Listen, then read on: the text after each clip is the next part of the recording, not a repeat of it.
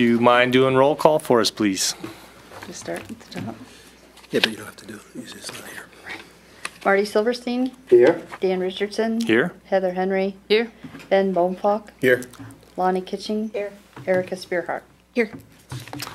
All right, thank you. Does everybody know Lori from our Public Works Department? She's stepping in for Kathy. Thanks. Kathy and Angie. And Angie. Lori, this is volunteered everybody. willingly. All right. There was no arm twisting involved. Thanks, Lori. Thank you. Thanks At for least you doing didn't break an arm. Poor leg. Okay, thank you. All right.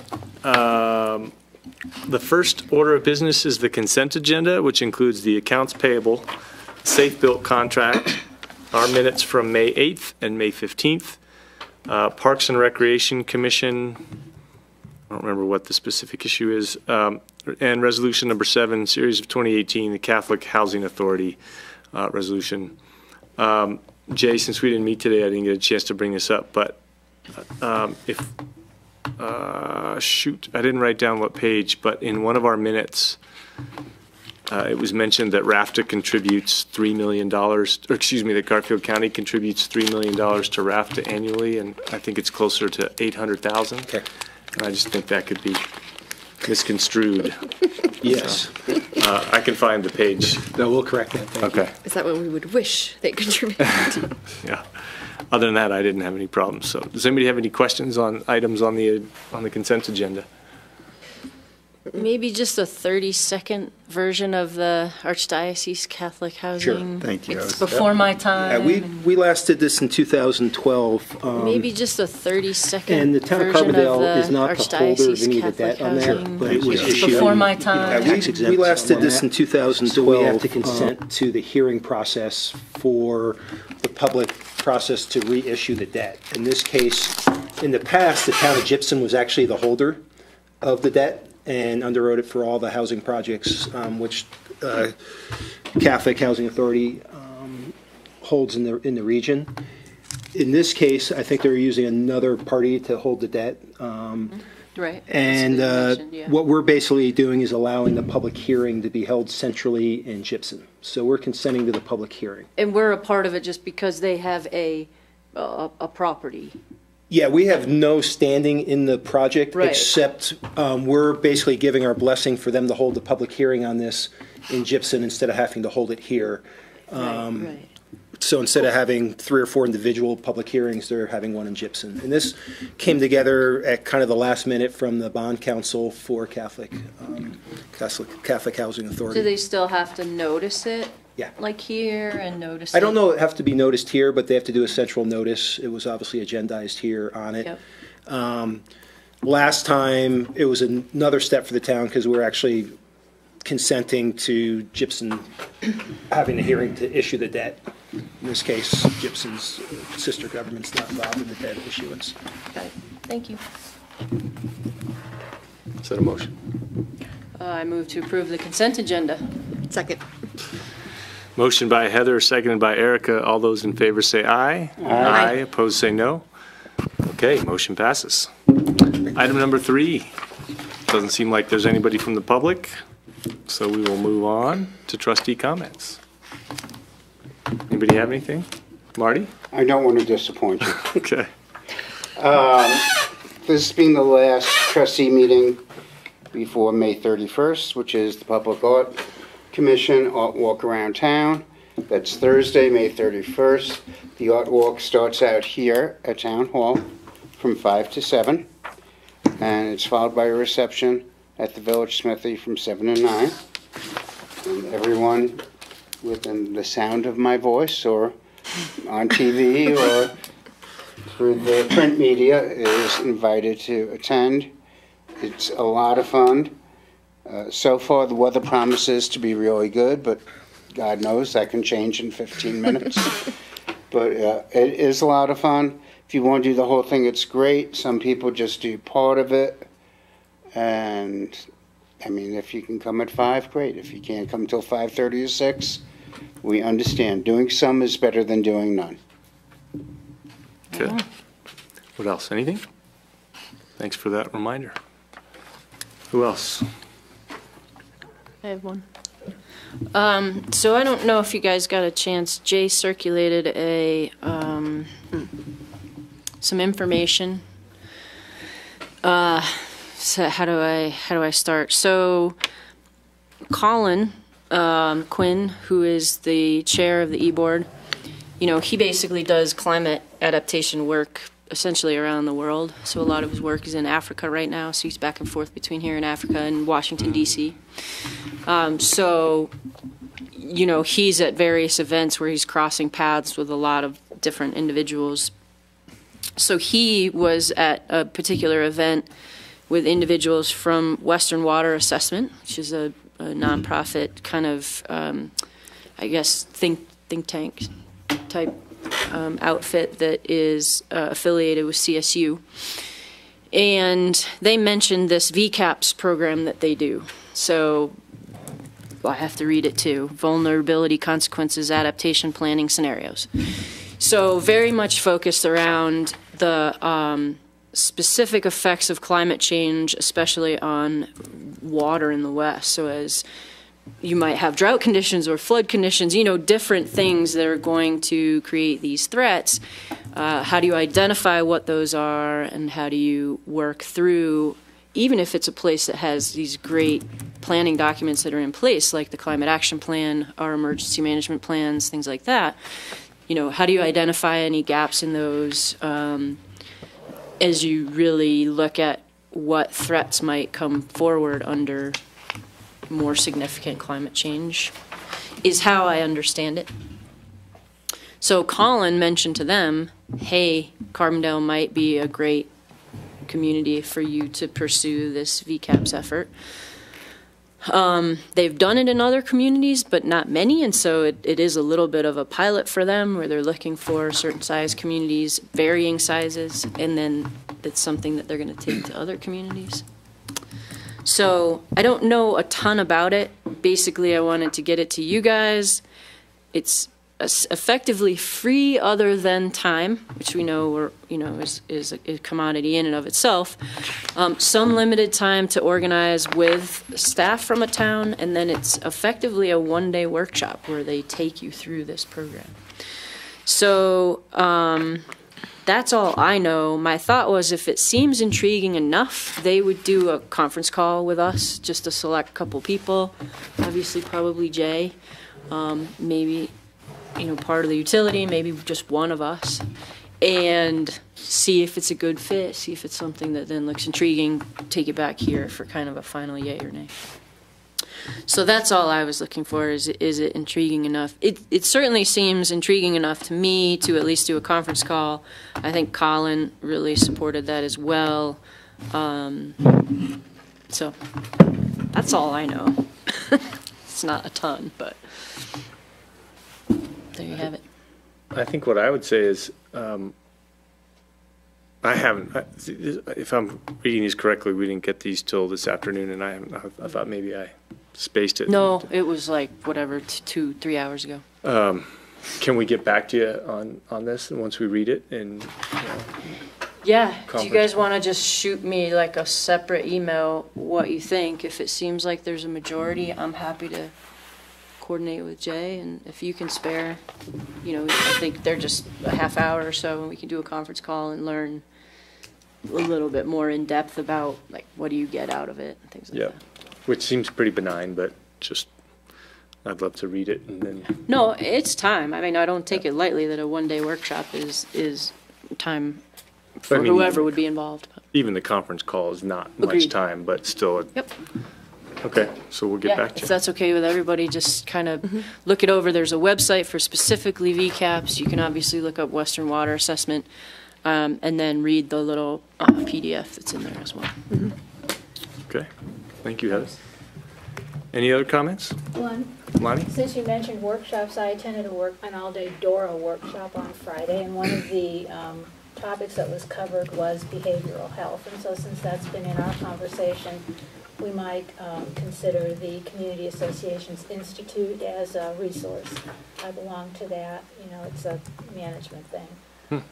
So if that should come up again for any further discussion, they discuss behavioral health, appropriate social media use, some land use stuff, and a bunch of other things. So just to keep in mind as a go-to. Okay, thank you. Where are they located? The meeting was in Denver. It was held by Dora, and some of the regulators were there. And they had specialists in who gave presentations about these topics, and I can send you the agenda if you're interested in taking a look at it. It was something I attended to continue my CME for the license that I got for HOA management, but there is some overlap in subject matter. Excuse me. All right. So 2 weeks ago, right? 2 weeks ago, Ben and I attended the RAFTA retreat. As we mentioned, kind of the whole purpose of the retreat was to see if there was common agreement on the board on what to do in November, and there was. I think both Ben and I tried our best to communicate the town's perspective. Ultimately, where the board came down was there was clear support to go to the voters for a mill levy question, and then the next question was for how much. And correct me if I'm wrong, Ben, I think we were on the low end of where we think we ought to be, but the board ultimately settled on 3.65 mills, and there's a reason for that. That kind of matches with the projects. So the next step is another survey to go to the voters and see, if there really is support for that before we would actually put it on the ballot in November. But that's the short summary, that right now that's the direction RAFTA is headed, and we'll make a final decision once the polling information is in. Attended a meeting with Jay next door here also a couple weeks ago on regional economic development, and folks from Aspen and Eagle County, and a lot of folks were there. And the takeaway I took from that was sort of the need or perhaps the benefit of developing an entrepreneurial ecosystem. What that looks like is probably unique to every town. That's what we've heard from Glen X folks. What does it really look like is to be determined. I've had some follow-up conversations, and I kind of have some ideas, but to me, this notion of entrepreneurial ecosystem, or simply providing what's necessary for entrepreneurs in our community to thrive, I think is a worthy pursuit as we think about economic development. So I was encouraged. So that was good. I was invited to my annual Mount Sopris Rotary kind of State of Carbondale, which was fun. So I was able to summarize what we've been up to, and I said our priorities. I told them what my priorities were, and that's what it was. I said we haven't finalized that yet, but it was a good meeting. Attended some of the Ed Masria conference last Friday, so thanks to Core and Clear and all those that helped. The amazing turnout at the 3rd Street Center pretty much filled the gym, and a lot of interest there. Awesome. So nice work, Erica and team. I met with Dustin Kelly today with the Small Business Development Center, which is kind of an arm of the State Economic Development Office, and he was basically inquiring whether or not the town of Carbondale wanted to better utilize their services, and the short answer is yes. And he had some follow-up steps that I'll be probably talking to the board about, but it was a good meeting. Lastly, a little snafu with if you remember, I asked the board if we would sign on to an amicus brief with Boulder County, which essentially is a Colorado Supreme Court case that would be demanding that the Colorado Oil and Gas Commission incorporate environmental considerations as a necessary part of the process to approve oil and gas wells. Because right now it's not necessarily required that they do that before they make a decision.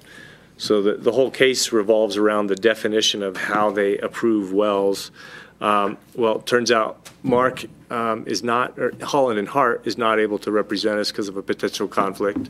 Mike Chiropoulos said, I don't fully agree with this, so if I were to sign off on it, I'd want to do some wordsmithing. I think Jay and I didn't feel like there was quite enough support to spend money on that, so we said, nah, let's not worry about it. So then basically, Jay responded to Boulder County that said, sorry, we're not going to sign on. We support it conceptually, but, you know, it's just not going to happen. I thought that a deadline had passed, so it was a moot point. But now Boulder County is coming back and saying, well, hey, maybe we can find a way to pay for attorneys to wordsmith it or what have you.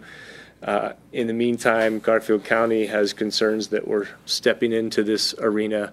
And I just thought I'd take the board's pulse to see does anybody feel strongly enough to pursue this, or we can just politely say, sorry, Boulder County, you know, it's too many moving parts, we're not going to sign on. My sense is if unless someone really feels strongly about it, we'll just say, sorry, we're not going to sign on. But if you feel strongly about it, I can have a conversation with the Boulder County chair and see what we can do next. But it seems pretty complicated, and it seems like there's enough signs to say, maybe we back away from this one. Yeah, I don't feel like I know enough about it to take it on as this issue. And I somehow doubt that whether Carbondale signs on or not is going to be the key in the Supreme Court's decision, so I'm just not too worried about this one. The county brought it up to me yesterday in the context The of county, Garfield? Garfield County brought it up to me in the context of the Snowmass Drive sidewalk project, and the fact that that is partially funded through oil and gas revenues, receipts off property taxes, and that they'd like to have a further discussion on our positioning on that if we continue to want to use those resources for projects. I reminded them that we were going to have a joint work session in June, and that would be a great topic of discussion. So it was blended into that discussion pretty pointedly, to be honest. I don't want that to be our reasoning, but I think it's a good discussion for us to have with the county, Garfield County, when it comes forward, because there's other things at play here which we're not aware of. That's where I'd come from. I'd rather hold off. Okay. Seeing no strong support, we'll pursue as I suggested. Okay, thank you for that. That's all I had. Final call, anybody else? Okay. Mark, hello? No comments? No comments. All right. Except I have a black eye. Yeah. And I did not do it. Basketball? Jay got really mad. I didn't get his brief done in time. I'm okay, basketball, yes. Yeah, it was basketball. Sunday at Passau High School. Wasn't Big Mike, was it? No. All right. You took an elbow. Shoulder. Item number 6 is a special event liquor license for the Colorado River Conservation District. Let me get that in front of me. Yeah, me too. Andrew, are you here? No. Andrew? No. All right. Looks like we don't have anybody representing the district tonight. Yeah, Zane was supposed to be here. He must not have shown up. This is an event at the 3rd Street Center. It's on May 31st. Pretty straightforward special event liquor license, where they like to serve beer as part of their meeting. Do you know what the event is? It didn't say.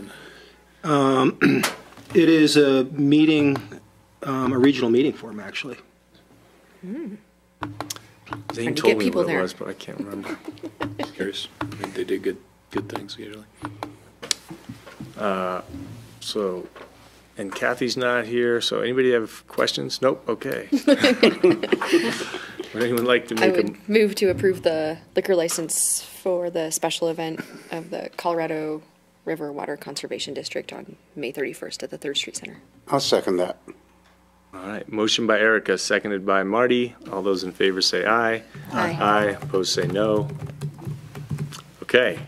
The next item is a special event liquor license for the Carbondale Clay Center, and there was a small error in the packet. It was listed, the address was listed as 3rd Street. It's actually 135 Main Street, so just note that that Really? corrects. That was internally on our. Yeah. Oh, okay. 'Cause I was like, I'm pretty sure I put the right address. Welcome, Angela. Hi. So it's for our summer First Friday events. It's just, we're not doing the block parties this summer, thank goodness, but we would like to have an outdoor bar set up and extend the liquor license to the sidewalk so people can be in the yard. And that's it. June, July, and August. Cool. All right. how does that work with our entertainment district? I'm sure people have talked about that. But. The entertainment district is, my understanding, isn't going anywhere this summer. Yeah. So we've never seen an application to actually formalize the district, so this should not be in conflict with it. Okay. So I we don't know even need anything a about that, hypothetical. actually, so I don't know. Yeah, so. I Any other- would move to approve the liquor license for the Carbondale Clay Center for their location on Main Street for June 1st, July 6th, and August 3rd. Second. All right, motion by Erica, seconded by Heather. All those in favor say aye. Aye. Opposed say no. Thanks, Angela. Thank you. Good luck. Thanks, guys. We'll see you then. All right, moving right along. Item number 8 is a special event liquor license for the Dance Initiative. Everybody wants liquor. Yeah. It's party season. Sometime. Haven't gotten to the pot people yet.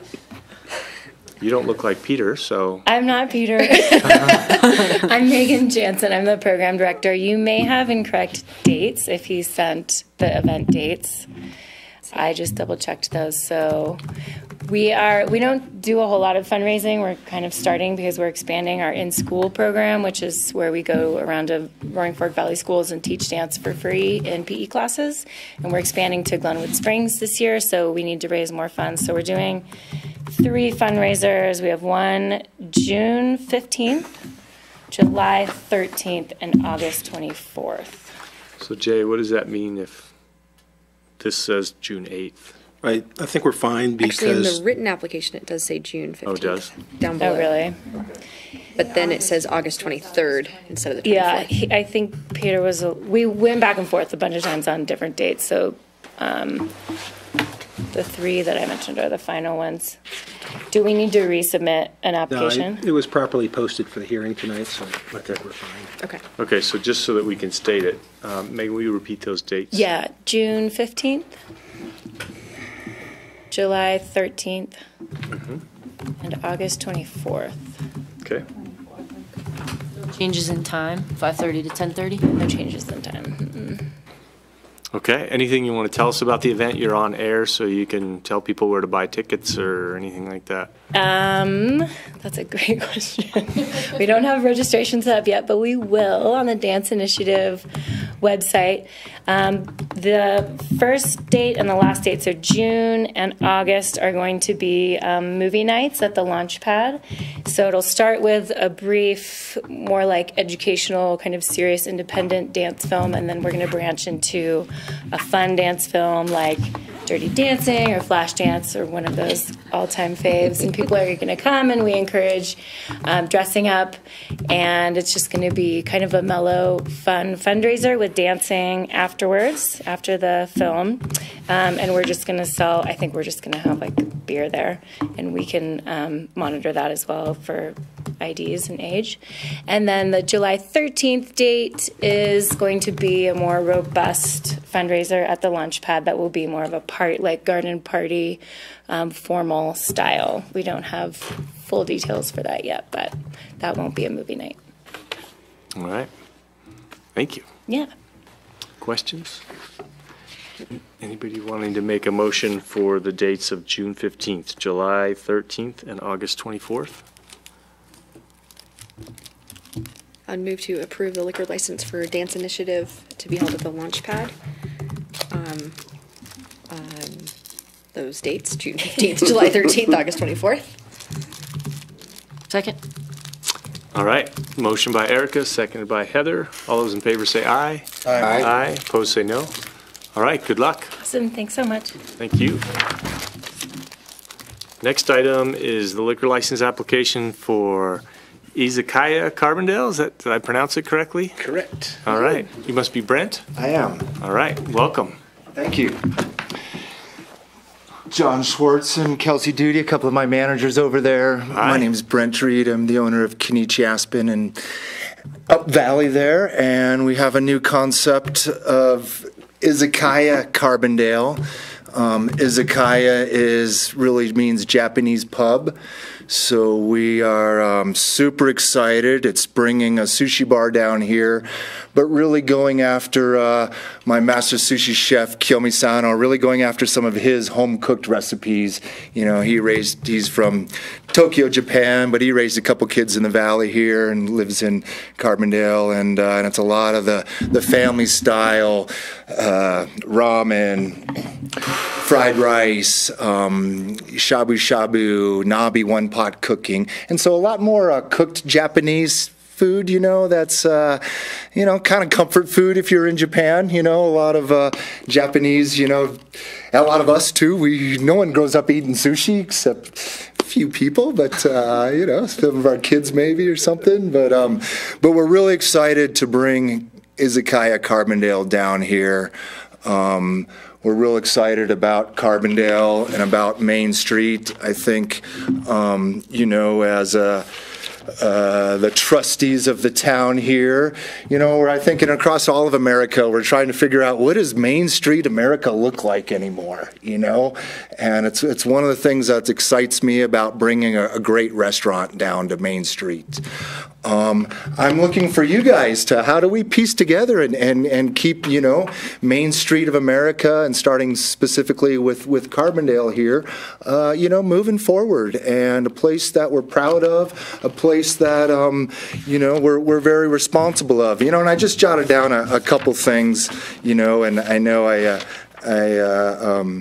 don't know, I can ramble and I can be very quiet, so, but excitement, you know, great food, family, and fun, you know, and we've always tried to, in Aspen, this is last year was our 26th winter, always tried to really have a community element. You know, what are those 4 fundraisers we can do a year and help, you know. The ones we've really locked in Aspen is, we did animal shelter last month, mountain rescue is next month, we do AVAC, and then a fundraiser for Lift Up. So I think it's very important to try and connect to the community, to try and add some things to the community, and probably all of us at one point or another have worked in the service industry. I'm a CPA by trade, going back into the service industry, and you know, sometimes you look at the service industry and you go, wow, you know, it's a lot of kissing butt, you know, right? And I think everyone that's in my crew,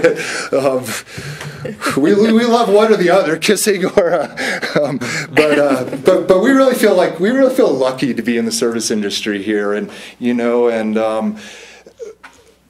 it's so fortunate, you know, between X Games, between special events, between anniversaries, you know, to be able to share in people's special experiences. I feel so fortunate and so wonderful to, you know, create a great place that people can have some food, some fun, and family and friends, and be proud of. And so we're trying to build something that's timeless here, doing some cool woodwork in there, and you know, my little history about myself. I grew up in Fort Collins, Colorado, and my family always loved to come skiing every weekend. We went skiing with families, and we only made it to Aspen once, but that was, you know, one of the most exciting things of my life. Skiing's my favorite thing, and I can remember our family going over to Snowmass to ski for the day, and I was probably 11 or 13 at the time, and you know, and I was like, well, I'm taking the bus to Ajax because, you know, that's where the double back diamonds are, and the whole family and all the family friends are all skiing in Snowmass, and, you know, my brother wouldn't even go with me, you know, but I went over and skied at Aspen for the day, and so, you know, we're really excited. I have a place down in Crystal Springs here in Carbondale. My master sushi chef lives down here. A lot of our workers and a lot of us have, you know, either started in Aspen and gone to the Valley, and vice versa. And so, you know, we're just really excited to bring a wonderful restaurant, and we do really think that, you know, alcohol and liquor responsibility is very, very important. You know, that's one of the reasons we're here. It's one of the reasons we need to educate people You know, it's a serious thing, you know, and as we talk about even opening up Main Street and stuff and some of those logistics there, you know, we're on board with all of that of, you know, let's make it safe, let's be responsible, and it really is a very important thing of, alcohol is a dangerous thing. We can have a lot of fun with it, but we do need to be very responsible, and it is something that's paramount with our business, and really trying to look out for each other, have a little bit of fun, but be safe, have some great food, and we're excited. So that's my spiel. All right. Well, thanks, Brent. I get this question asked a lot. When do you guys plan to open? So we are, Asking that. Just so you originally know. we were shooting for June 1st, you know, that first Friday crazy. We're probably June 10th to the 15th. Okay. That's our latest new target. And Kim Ryman Architects and Mike Ero Contractor, they are still there tonight working, so it's a little dependent on that, but before Food and Wine.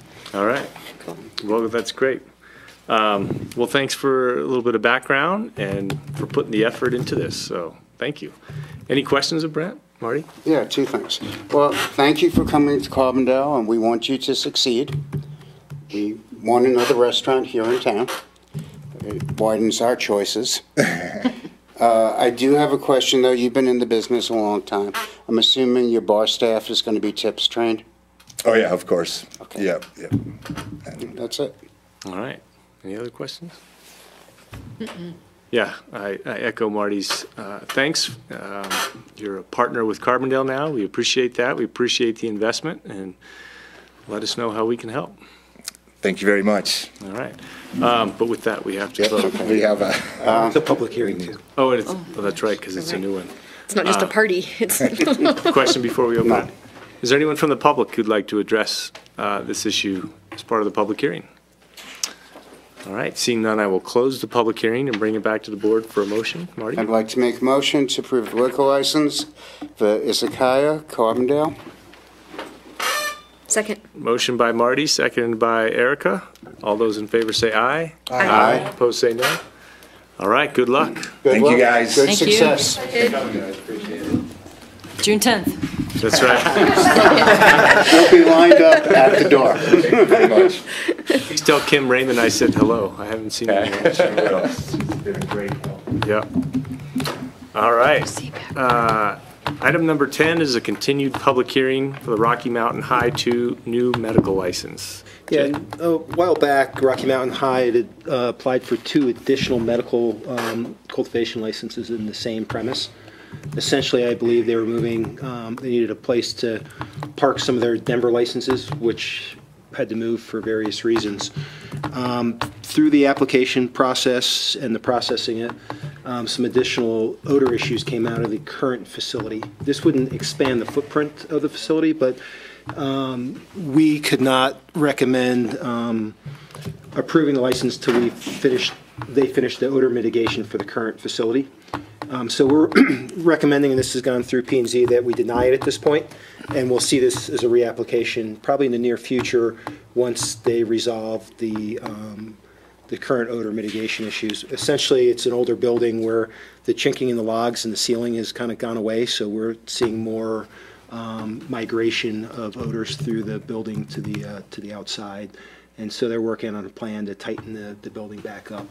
We went as far as doing having the planning, building, and police department actually work with the fire department on some infrared camera work to actually locate where the drafts were coming out in the odor, worked with the manager of the site, and so there's a mitigation plan in process. So we had scheduled this before, continued it to this meeting, and at this point we're recommending that the town board deny it, and we'll see another application in the near future. It won't impact the current operations. All right. I'm guessing that the fact that they're not here, they're okay with this approach. It's my understanding that staff's been in touch with them on this. It went through P&Z with the same result. Okay. Questions of Jay?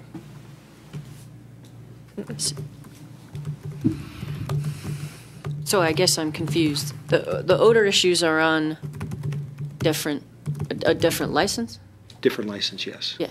So they have a license right now for both a medical and a retail cultivation there, Okay, and a retail store. okay, The current odor issues are through the existing cultivations. What they were going to do was remove some of their current production on those licenses and put them under these two other licenses.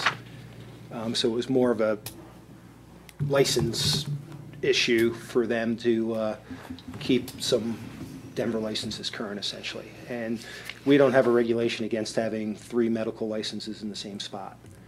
but like, these two would be part of our 5 allotment, or the, like, For the medical, correct. Right. And there's no additional folks waiting in the wings on the medical side.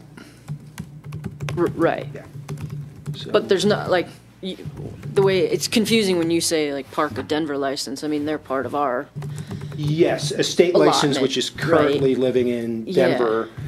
move it to here, but it move would it to take up one of here. our licenses. Yeah. One of ours. Exactly. And there's, the demand on the retail grows are limited. And so, you know, they came forward with this idea a while ago, and we looked carefully at our regs, and it met technically our requirements for it.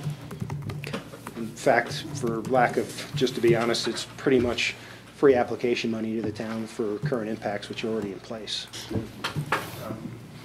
But somebody could scoop up this license if we deny it. They're good with that risk. Theoretically, we haven't had inquiries for that. The retail side is more what folks are interested in. Yeah. I just have a question. Are they basically parking their Denver licenses here so that they stay active?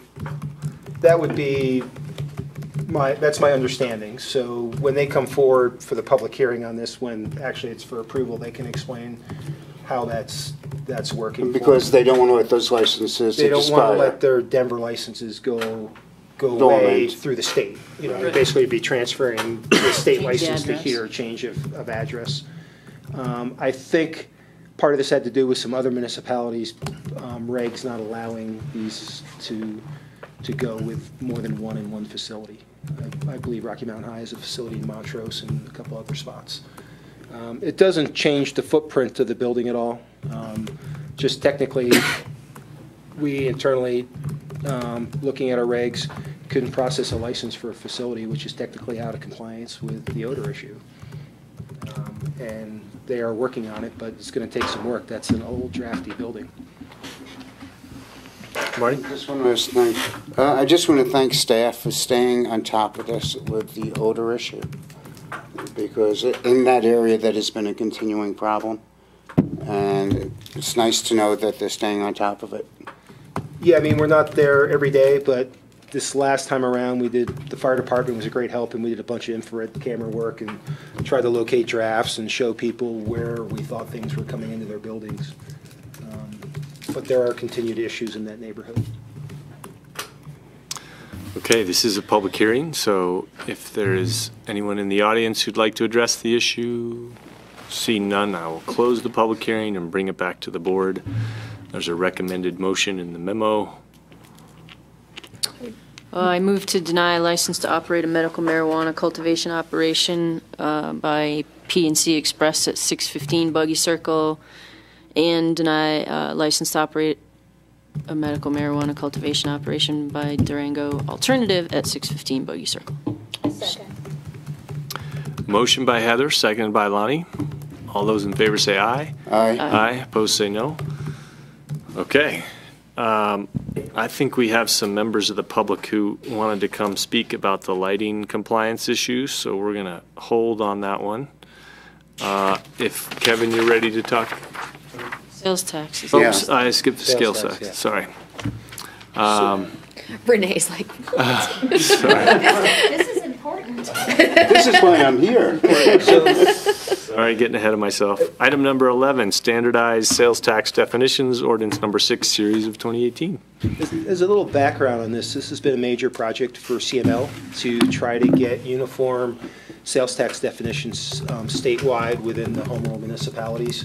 In particular, this is all part of the efforts to be prepared when internet taxation, depending on the current Supreme Court case, becomes more a requirement than a voluntary thing, which we're hoping will evolve to, but having definitions line up. Right now, one of the big complaints are every community has different sales tax definitions. So Renee has been involved for quite a while, and she can explain on the task force statewide of how to make these uniform.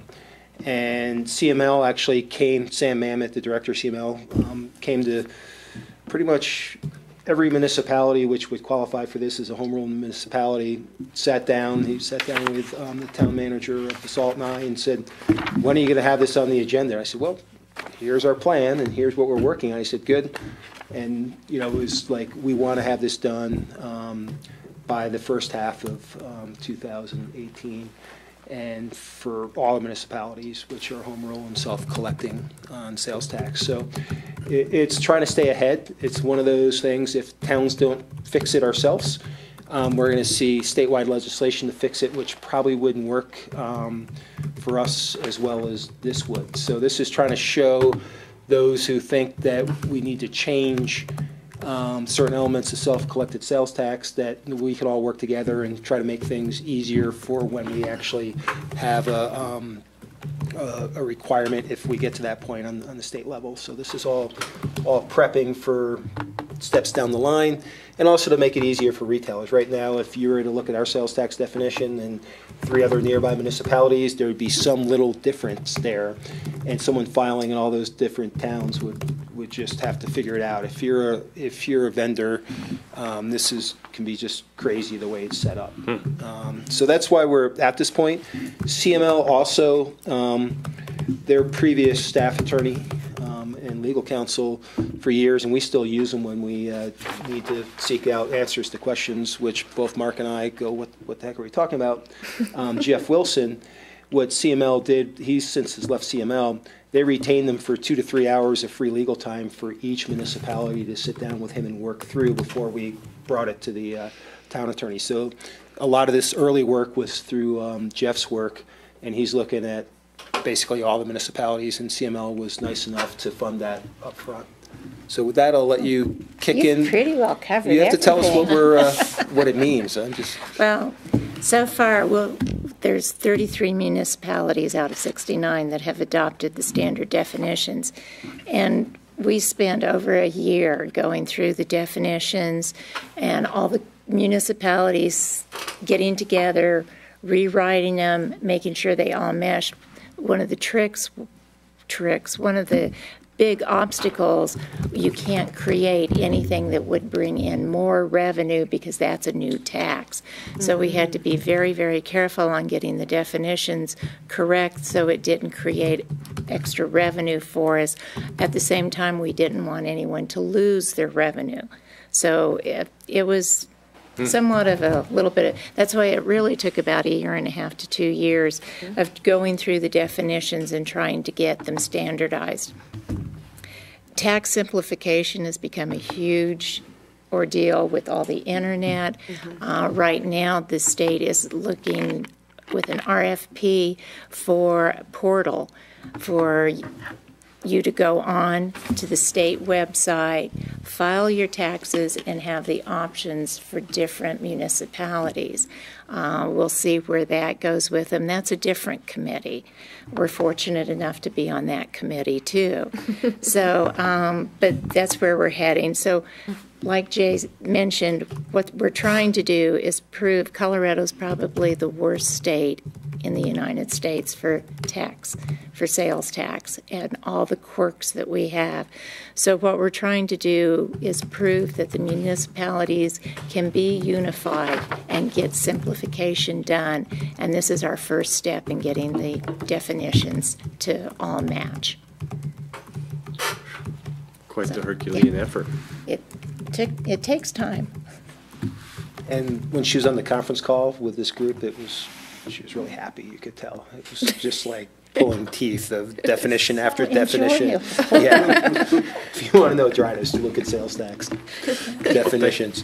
So Mark also worked on kind of lining this into our code speak for our codes written once Jeff Wilson made his requested changes.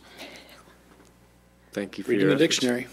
What's that? Just like reading the dictionary. Right, exactly. I think it's complete and ready for adoption though, and it makes sense. All right. Any questions? Okay. No, I'm glad we're doing this. Yeah. Thank you. Thank you for the painful calls. Entertain a motion to approve ordinance number 6, series of 2018. I move to approve Ordinance 6, series of 2018. Second. Motion by Marty, seconded by Ben. All those in favor say aye. Aye. Aye. Opposed say no. Monty's thinking, man, we discussed some boring things. Now, this has been a problem for me too, so I totally get it and I appreciate it. We have 2 items on the agenda tonight, which are on the Renee check off the list. This one and the bond issue in the later on the Okay. agenda.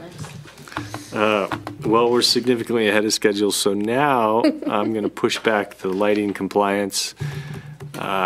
Frosty just couldn't stay away, and he wanted to come make some public comments, so we'll... Knows he should come early. Yeah. Hello.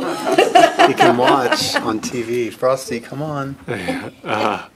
So Kevin, are you ready to do the Snowmass Bid Drive project? What if somebody wants to be here for this, though? That's true. Something tells me we'll support it one way or the other. Take it away, Kevin. All right. So we opened bids for the Snowmass Trail project last Monday. There were 6 bids received. They are summarized in your memo. And we are not recommending going with the low bid on the project. It was, there's 3 reasons that are outlined in your memo. Basically, when you see, see 1 or 2 bids, it's hard to make a determination, but we had 6 bids that I thought kind of represented the spectrum. When you see that much difference between the low bid and the second low bid, it's a recipe for either something got missed or you're going to have change order after change order and argument after argument on a project. The second thing that concerned me was their bid was mailed back to us 2 days after the documents for the project were made public, where the rest of the contractors mulled it over. I got numerous phone calls through the process for clarifications and those sorts of things. So that concerned me as well. And then unsolicited, the low bidder sent me some examples of work they've done throughout the country and in Colorado. And most of those, all of the ones in Colorado, I think I outlined in the memo, were very small projects. I didn't really see anything of this magnitude in there, and I think this is important enough for the community. And the timing on this, we need to get it done between when school lets out and when it starts again. So, for those 3 reasons, we're recommending that we go with the second low bid. The second, third, and fourth low bid, I think, were very competitive bids. About an 11% spread on them seemed to demonstrate that they understood the project, understood the local material and labor costs, and they were very much in line with our original project estimate if you take into account that on that original estimate we had, I want to say, $5,000-ish, maybe it was 15, set aside for traffic control. But one of the clarifying questions that I got from quite a few people was, are we going to have to flag traffic through this thing, or can we close this down? I said you need to bid it like you need to flag traffic, because that's the more expensive option, and then we can talk about price reductions if we would be interested in the full closure. So, if you add kind of that $35,000 back into the estimate, those 3 bids are really, they compare favorably to what was thought about at the time for project costs. So, we shared this information with Garfield County. They're aware of it, and my understanding is they basically concur with our recommendation to go with the second low bid on this project.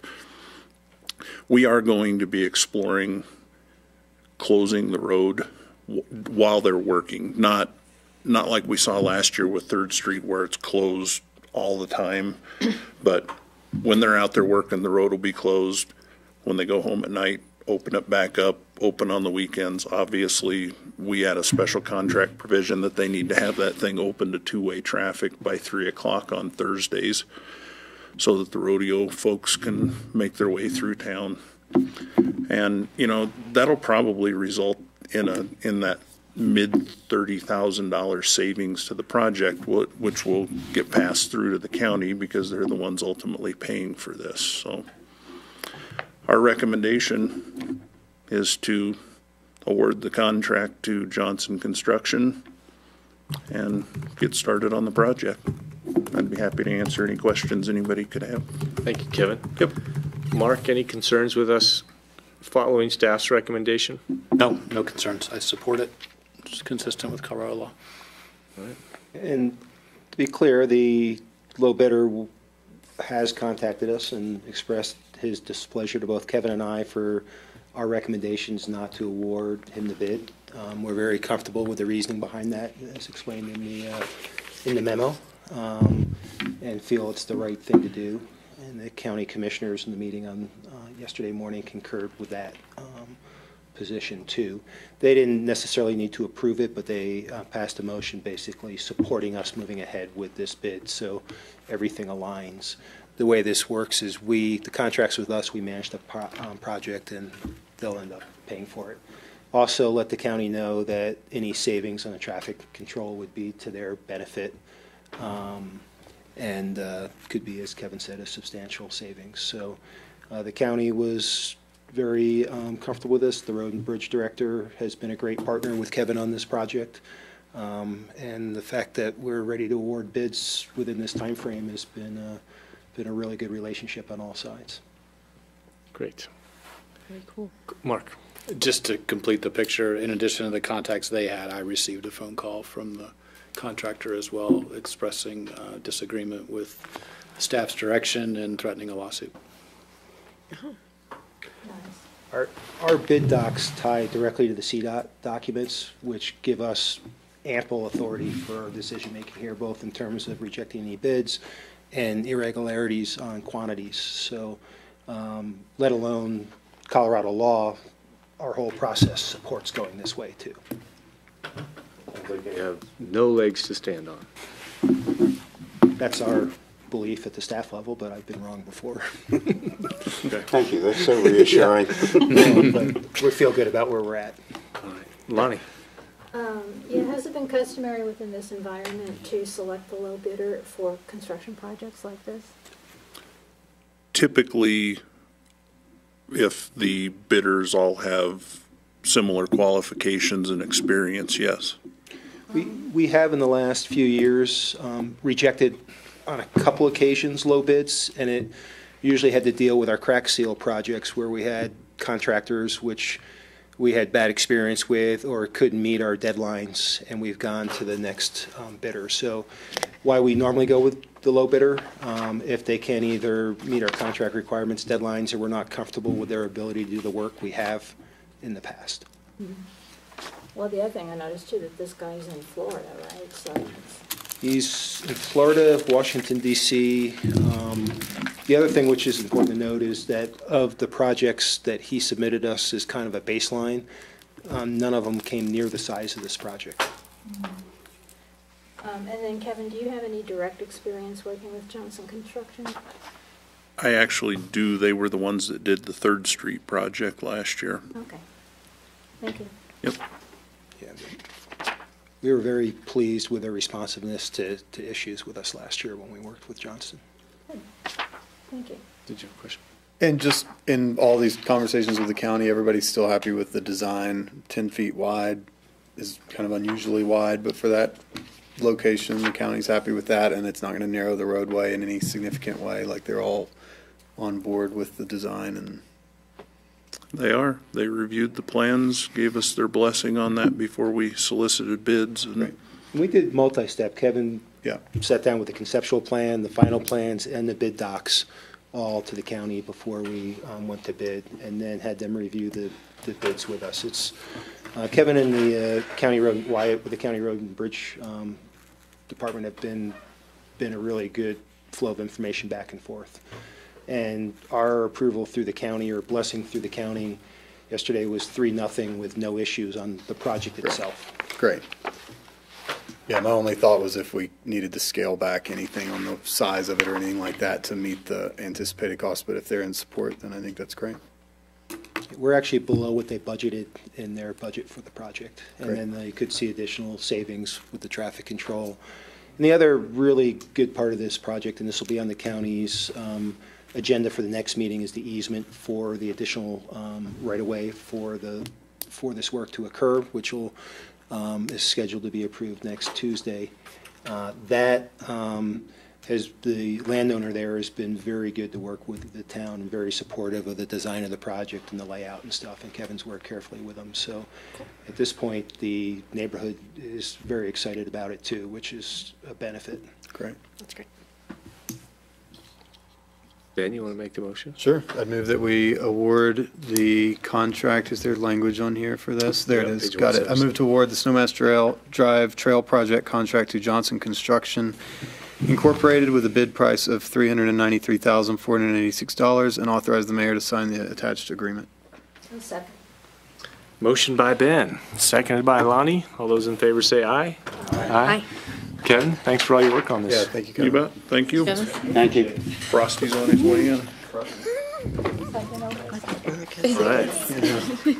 Small thing. The third graders are going to be so Please throw that. excited. Yes. I would just go by what he said. Let's just go ahead and knock out, Jay, you feel comfortable knocking out the recreation center bonds right now? No, we've got George K. Baum will be here shortly. He's Okay. out in the hall. Okay.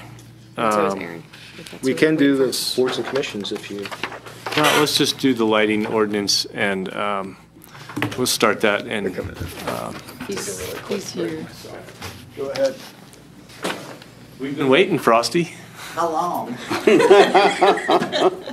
Is it just like before, except at 6 and now it's 7? Yeah. Long enough where we had to slide something in before you. Just so Really? we could Well, I wait for thought you guys. being here at 7, I'd be good. All right. No, but we wanted to wait for The you. plot against y'all, Aaron and I. That was part of my plan. I saw you guys talking. All right, so I don't even remember the last time we talked about this, but when we Or tour, I think. we did a ride around. Aaron, thanks for joining us, and we talked about modifications to the existing code and compliance with our existing code with existing businesses, and we asked staff to come back sometime in May with an update on non-compliance, really, as well as discussing potential modifications to the code, which staff has outlined. And with that, I will turn it over to Jay. So yeah, our tour was back on February 20th. Oh, there we Sounds go. like just yesterday that we were driving around looking at lighting in the van with Laybourne driving. Since that time, we've both Public Works, Planning, and Building have had kind of different efforts related to lighting. The one where we see the most feedback from the community is pretty much on the street lighting side. That's a lot of that has to do with the XL retrofit that we partnered with XL on. I think what happened was some of the fixtures which were installed were legal fixtures, but the orientation was based on the old orientation of the lights and created some lighting issues in folks' houses. They just switched out the fixture in the current alignment. And in some cases, those were supposed to be at right angles instead of across the intersection. In some cases, they were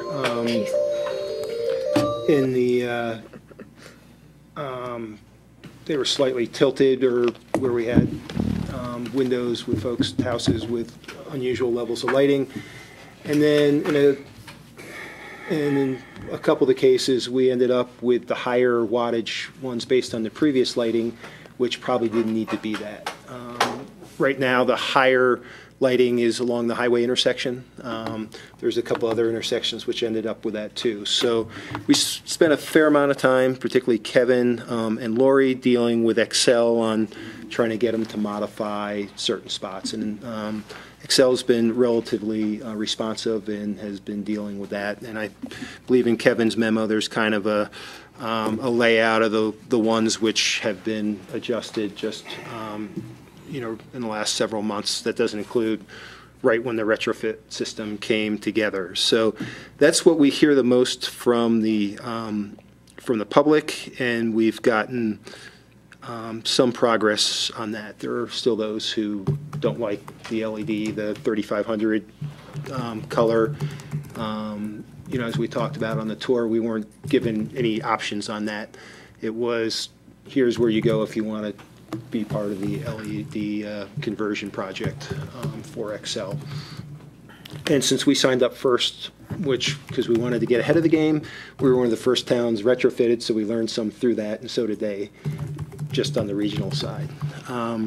So that's a continual one, but we've made some progress. On the lighting tour itself, we identified a couple, 4 or 5 actually specific concerns which the board asked to be addressed.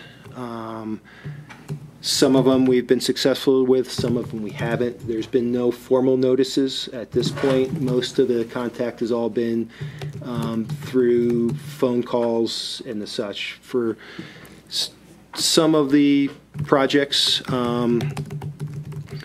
or spots had some other issues. There was one building which we had just finished up when we just notified them on the external lighting issue. We just finished up with over $10,000 of internal lighting exit signage requirements to be in place for a life safety issue.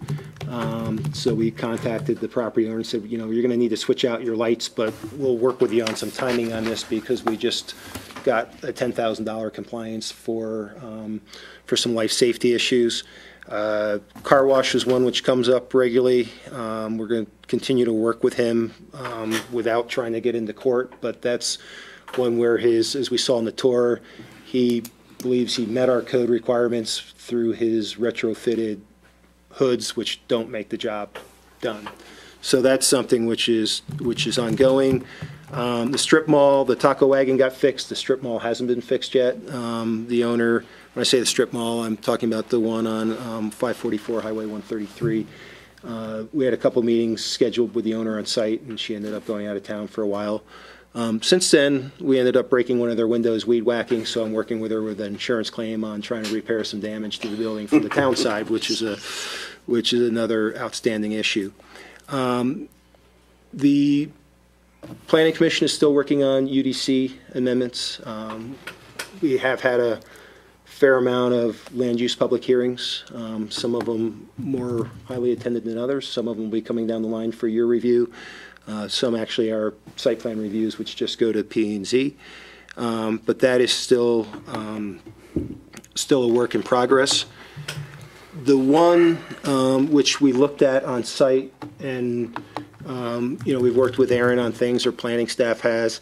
We have a little different interpretation whether it's in violation of the code, and that's the one we looked at of the lights on top of the canopy, and we think clearing up the code on that would be a little easier than trying to go under the other code requirement. Aaron might have don't mean to speak for him, might have a different interpretation of that, but that's kind of how our planning staff looked at it. We also ended up with that one's a little bit of a sensitive one because we permitted it under that design, and we worked really hard to keep the business in town as part of that remodel project too. And so we just want to make sure that as we go and work with them on that compliance stuff, we're on really good ground. So that's the only one which hasn't had a contact with, because we think there needs to be some other upgrades. So bottom line, I think we've done a good job on the street lighting. Not as good a job on the compliance side on the 4 or 5, which are the issues which need compliance. They've just had more verbal discussions at this point, and we're still working on the UDC updates. That's a quick summary where we stand to date. Thanks, Jay. Any questions of Jay or where we are to date? I think probably the best thing would be to have Aaron or Frosty. I know, Frosty, this is an important item for you, and you probably want to weigh in on this, so it might make sense for you to weigh in before than after, and you know, and that's fine the drill. if we want to do it that way. I was going to listen to see what the board's Okay. kind of take was. Frosty Marriott, 818 Lakeside Drive. Before and kind of make some notes to address maybe the board's concerns before I went, but I'm happy to say something now and then listen to discussion and circle back. If you What's y'all's prefer to pleasure? wait, that's fine. Huh? If you prefer to wait, that's fine. Yeah, I mean, I think that what do you? And that, I think Aaron and I were going to listen, and if we could maybe talk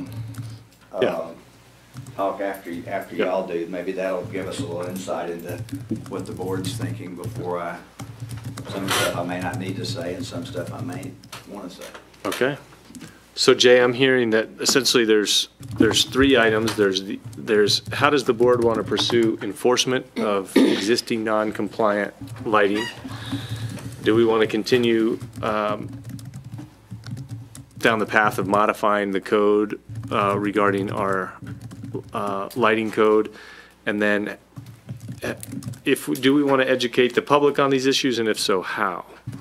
Does that kind of summarize the feedback you're looking for? Yeah, and the one thing when I was going back through the notes on our tour, which isn't addressed in this memo, we had talked about doing some more business education, and that hasn't happened. So that's something we need to talk about too. The issue which came up on our tour, which hasn't been addressed after I went through all the minutes from the meeting and stuff, had to deal with the timers of the business signs. You don't see it this time of year because it's light so much later, and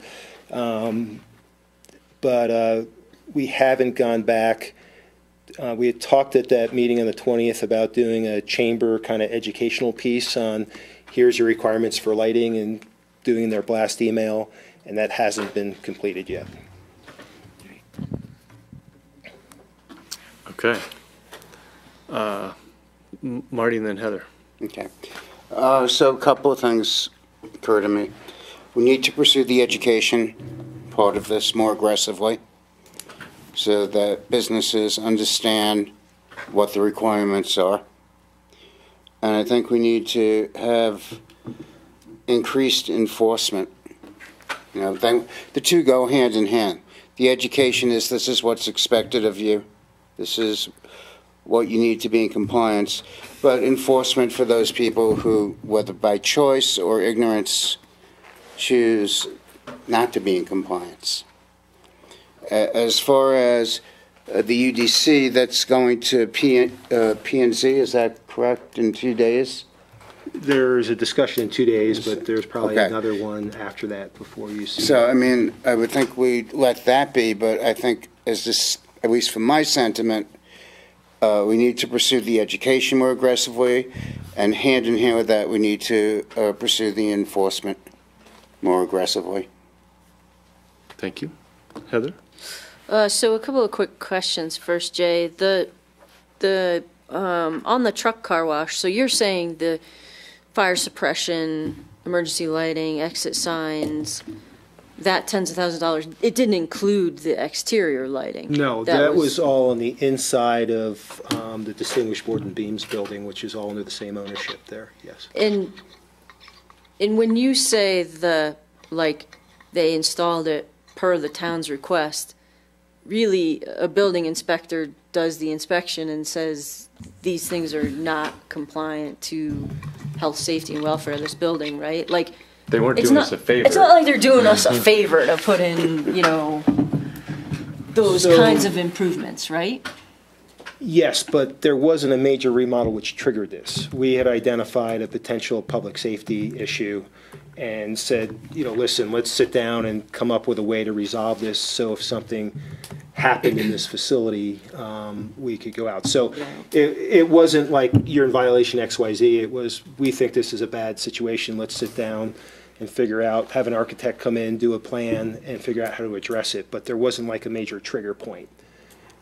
It was something which we recognized through some other other areas and the continued expansion of the facility. Yeah. So you see what I'm saying? I mean, I understand like that,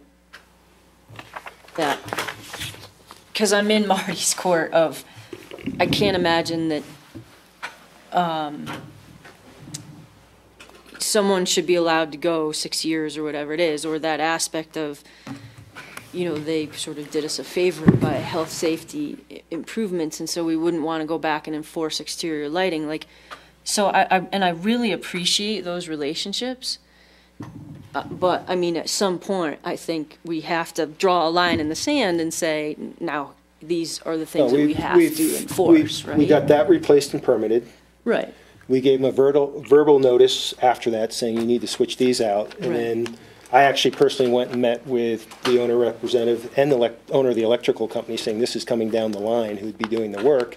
Now we need to trigger it with the written note. So those steps have gone through. Okay. And I do read Jay's comments. I mean, there was some cooperation. I mean, they could have pushed back and said, well, we don't have to make these life safety improvements right now. So there was a level of cooperation. Yeah, yeah, I understand. I'm just, you know, I kind of want to clarify that, like, it's not as though someone's, yes, they're cooperating, but they're not, we didn't ask them. Right, it's not pure goodwill. Yeah. Yeah, it's a life safety issue, but I think the point there is that we try to jump on the life safety issues first. On that, and that was a little bit of an extreme, you know, circumstance. It just happened that we were in process of that action in February. Yeah, okay. So some of the others, I mean, I agree with this enforcement overall. I mean, there's a landowner here just clearly being obstinate, I guess is the right word, just standing in our face and saying, nah, I'm not going to do it. What are you going to do about it? So I think we have to, personally, this is my opinion, we have to draw a line in the sand because we heard this comment before. If we're not going to enforce the code, why do we even have it, right? And that is a fundamental premise for me, and especially around lighting. I agree with the education that goes around it, but, you know, ultimately we have to be willing to follow through on the enforcement. Otherwise, we should back up and say we don't think this is a code, you know, worthy of having, and have that discussion instead. But if this code is in place and we feel like it's important, I think these are people that it's time to, you know, put a stake in the ground and move them off the soapbox that I think a few of them seem to be on, and others who I think it's just going to be persistence to make sure that we get their attention and they meet with us, and, you know, they don't cancel, and we move that forward. The education piece, to me, there's two different sides. There's sort of the commercial and then the residential. And the E-Board clearly said that they would love to, and maybe even in conjunction with some of the, like, light bulb replacement programs and things like that, through CORE, figure out how to take on that piece. So I appreciate that, and whatever maybe I can do to kind of liaison that and then help them move that forward, I'm happy to do. It seems like the commercial piece might sit more squarely with the town, just in terms of kind of that easy to read, here's what our actual code says on your timing, on your lighting, on everything else. And at least that's my opinion in terms of the commercial. And then lastly, so the code revisions, is P&Z sort of clear on what they're looking at? Like, has Aaron presented the recommendations from the drive around and, you know, his summary of the code and those things? Or like, what exactly are they looking at I right can't now? speak to the actual language. I know they were provided kind of the written summary that Aaron had provided. I don't believe you've been in front of them recently, but the written material was provided to them and kind of folded into where it's going, but I can't speak to the language on that. Okay. I guess on childcare and some of those things, it seemed like there was a little bit of a disconnect, right? If some of the same individuals that come before us, if there's not that same ability of all that same information being presented in that fashion versus in a written format, I just want to make sure that there's clarity between some of the recommendations we saw and what direction P&Z is taking, and if that means that we need to be very specific in the recommendations for P&Z to look at those changes, great. I've seen it kind of go a little squirrely on a couple issues recently. So my recollection, and this certainly doesn't mean this is the way it happened, was that when we discussed this in our packet in February, Aaron had made some recommendations, and I thought at that time we didn't have any issues with them going forward with P&Z, but that might be different. Maybe we didn't discuss them specifically. So I don't think we went in detail and blessed every single one of them, but I don't think there was. There's only a few are actual UDC. Others were more enforcement, and there was probably only a handful that are appropriate changes to the UDC. Other thoughts, Erica? I think before we go full tilt enforcement, I think there's an opportunity, at least for 2 of these, I mean, maybe the strip mall as well, to partner with Clear, GCE, with the energy coaches, because, I mean, they do go out and, I mean, they're knocking on business doors and saying, hey, you know, did you know about these programs? So at least there's maybe, it could come with 2 hands. They could say, we know you're in violation, and here is, and they might be opportunities to upgrade the lighting. I can't remember with these cases what the lighting was, but if it's a opportunity to upgrade it to an LED that's the right color temperature and with proper shielding, then they could get rebates from that utility. And both the truck car wash and the manual car wash are both in Holy Cross Energy, and they've got rebates available. So it could at least be a little bit of the, we know you could get in trouble, but there is a carrot out here. With the stick. With the stick. And here's a coach who can help you navigate that or whatever it would be. And so that way we can at least try that first before we go down that enforcement angle. And that could be something that we do as part of the education, or also just town could have that in the back pocket of violations of like, hey. Well, we could put in a written notice that there's other avenues to explore. Because it sounds like their first reaction is, oh, that's an expense. I don't want to pay that. But there's actually, I mean, currently there's really good utility rebates that can sometimes pay up to 50%. They could also get a core rebate to cover 50% of the cost. So suddenly that might be easier for them to stomach. So Erica, would that, if we blessed that idea, would that be free to the town for you guys to just, you guys meaning Clear and Core, to just educate? Yep. So that component of it would be. Definitely. No, that'd be part of the GCE services. Okay. I mean, something similar, like we're reaching out to, it helps to have the contact information. That's part of the problem, especially for an entity like that manual car wash.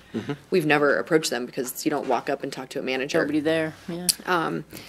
You know, the FedEx facility that's across from West Bank, we now have contact information because of County Commissioner Tom Jankowski lives across the river from that facility, and there's some heavy-duty light pollution from there. And it actually came up because I think at a GCE meeting, Frosty was talking about, or we were talking about lighting or something, and Tom Jankowski said, oh, could you guys reach out to this facility? And the energy coaches are always looking for a way in to talk to somebody about improving their lighting. So, yeah, that would be easily covered. Okay. Other thoughts?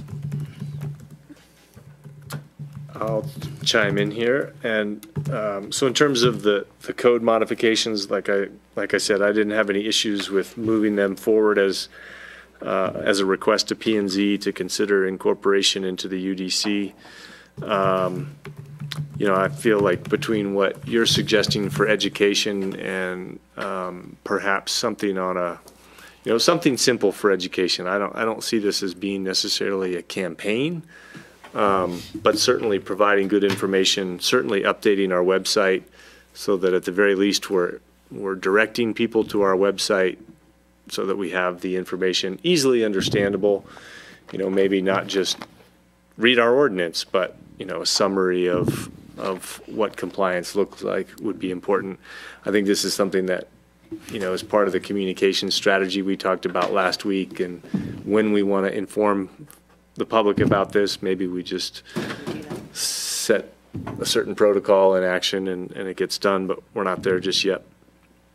With respect to enforcement, I agree with Heather that there comes a point where we have to enforce things, but I also think we have to give staff better guidance on how to enforce codes. And I think in this case, I'm just throwing an idea out here, but something to the effect of, if you get 3 written complaints, or if you get 1 written complaint and a certain time elapses, 3 months, a year, whatever, then that triggers us to say, thou shalt comply within a certain period. And that way it's not completely subjective. With 3 written complaints, or, multiple written complaints, we know that it's, to me, that's a significant issue. It's not just a verbal complaint. Somebody took the time to somehow put it in writing that it's a complaint.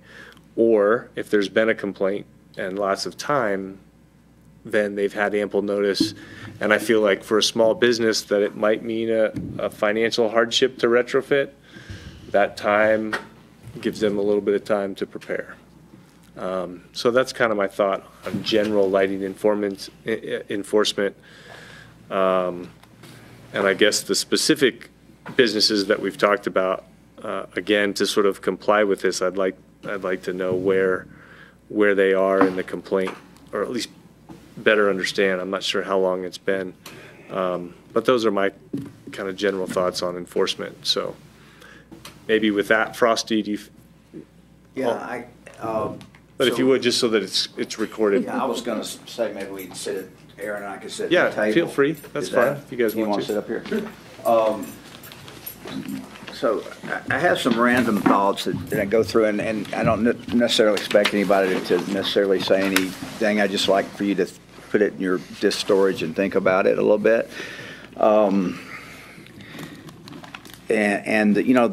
Just real quick on the written complaints, it would seem that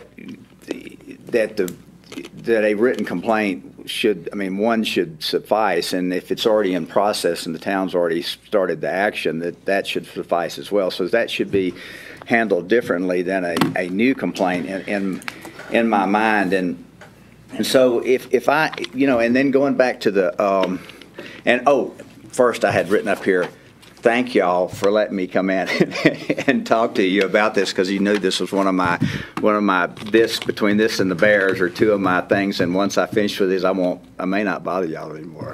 I'm not going to promise that right now, but at least there won't be anything in my wheelhouse right away. So the things that we had talked about, there's already a lighting code in the UDC. I mean, it's there. There was just a couple of tweaks that needed to be made, and Aaron, I think, wrote some up. And what we talked about when I was still on the board was that define the Kelvin temperature as a sweet spot of 2,700 to 3,000 with a max of 3,500, and mainly the max being because that's the street lights are. Some of the street lights are 3,500, and it's hard to come back and say, enforce somebody else that's already got a 3,300 or a 35, and the town's got it. But both Bob Schultz and Aaron feel like that I think the sweet spot's the 2,700 to 3,000 before it starts getting really blue. So, and then the only other thing that I think that I would really like to see, and I'll go. Aaron and I will go to P&Z when they have this meeting and weigh in a little bit. But one of the things, and this may be anathema to some folks, but one of the light pollution solutions for dark skies ordinance was install window shades or shield lights inside your house that may shine into the outdoors. Make sure you're not shining your lights either interior or exterior on your neighbor's property or in their eyes. And we've got a shading in our residential green building code because from an energy standpoint. So to me, it's just a tweak to say, and I don't want to go in and enforce and say we're going to do enforcement in somebody's house. I'm not advocating for that at all. But I do know that these issues are bigger, and I know are getting bigger, especially with the blue-white lighting inside. And I think y'all have seen that at RVR, haven't you? Haven't y'all had some complaints? Pam Britton said y'all had some complaints about that. So I think, and I'm happy to go in and talk with P&Z about this and those tweaks, but the ordinance is pretty well done with the UDC now, and so the thing, a couple of things really that, and then maybe Aaron will weigh in as well, and I got to look at my list. The other night, and I just want to kind of personalize this a little bit, and Ben called me or texted me one night and said he always thinks of me when he looks up at the stars at night in Carbondale. I didn't know who it was texting me. I thought, who is this texting me and telling me this? That's so cute. I thought, oh man, maybe it's somebody's got a romantic thought towards me, but no, it wasn't. It was Ben. But you know, the other night, this is really cool, is the other night the coons, we sleep with our windows open because we don't have air conditioning, and the coons were out. They were screaming as they do, and I went outside with the spotlight to try to scare the coons off. And it was about 2 in the morning, and I turned the light off and looked up, and the stars. I don't know if any of y'all have gone out and looked at a moonless night in Carbondale and the stars, but it is just phenomenal what we have here in this town to be able to see the stars. And I called Carly. I got Carly because she was awake anyhow, and we went out there and looked up at the stars, and she reminded me that when we moved over to that house, she said, do you remember us coming over to trying to decide if we were going to buy this house or not? We came over here and laid down in front of the picture windows on the carpeted floor and looked up at the stars, and that was one of the reasons we decided to move from Old Town RVR across the river, because we didn't know if we could afford it. It was a stretch, but the sky was just absolutely gorgeous, and it still is at that when the lights kind of back down. So I think that's important, and I was really debating whether or not I wanted to spend energy on this and harass y'all with this issue, but I was checking out, and the grocery store and Sunset Magazine has this article this month, and it's saying top stargazing spots in the West, and so they talk about how in metropolitan areas people in Denver can't see the night sky. I mean, you can't see it, but so people come here to see the night sky. I mean, that's part of our tourism industry. I mean, when people come here and bike and camp out and hike and all and spend the night, they look up at the stars and they like it. And it reminded me that when we did this ordinance way back in 2003, I had aspirations of maybe getting the International Dark Sky recognition for Carbondale, and I think we can still do that. They're still doing that. It's in this magazine. There's just recently did a town that's 15 miles out of Phoenix has been added to their International Dark Sky areas, and they have these areas where you can go and see the Milky Way and all the stars. So I think it ties to our a three-legged stool of tourism, healthcare, and whatever else is going to be coming down the road that was going to drive our economy. So I look at it from that standpoint of tourism. Of course, I love the night sky. I've seen the space station go over from my backyard. People, if you look up and see this stuff, I mean, you'll just be flabbergasted by it.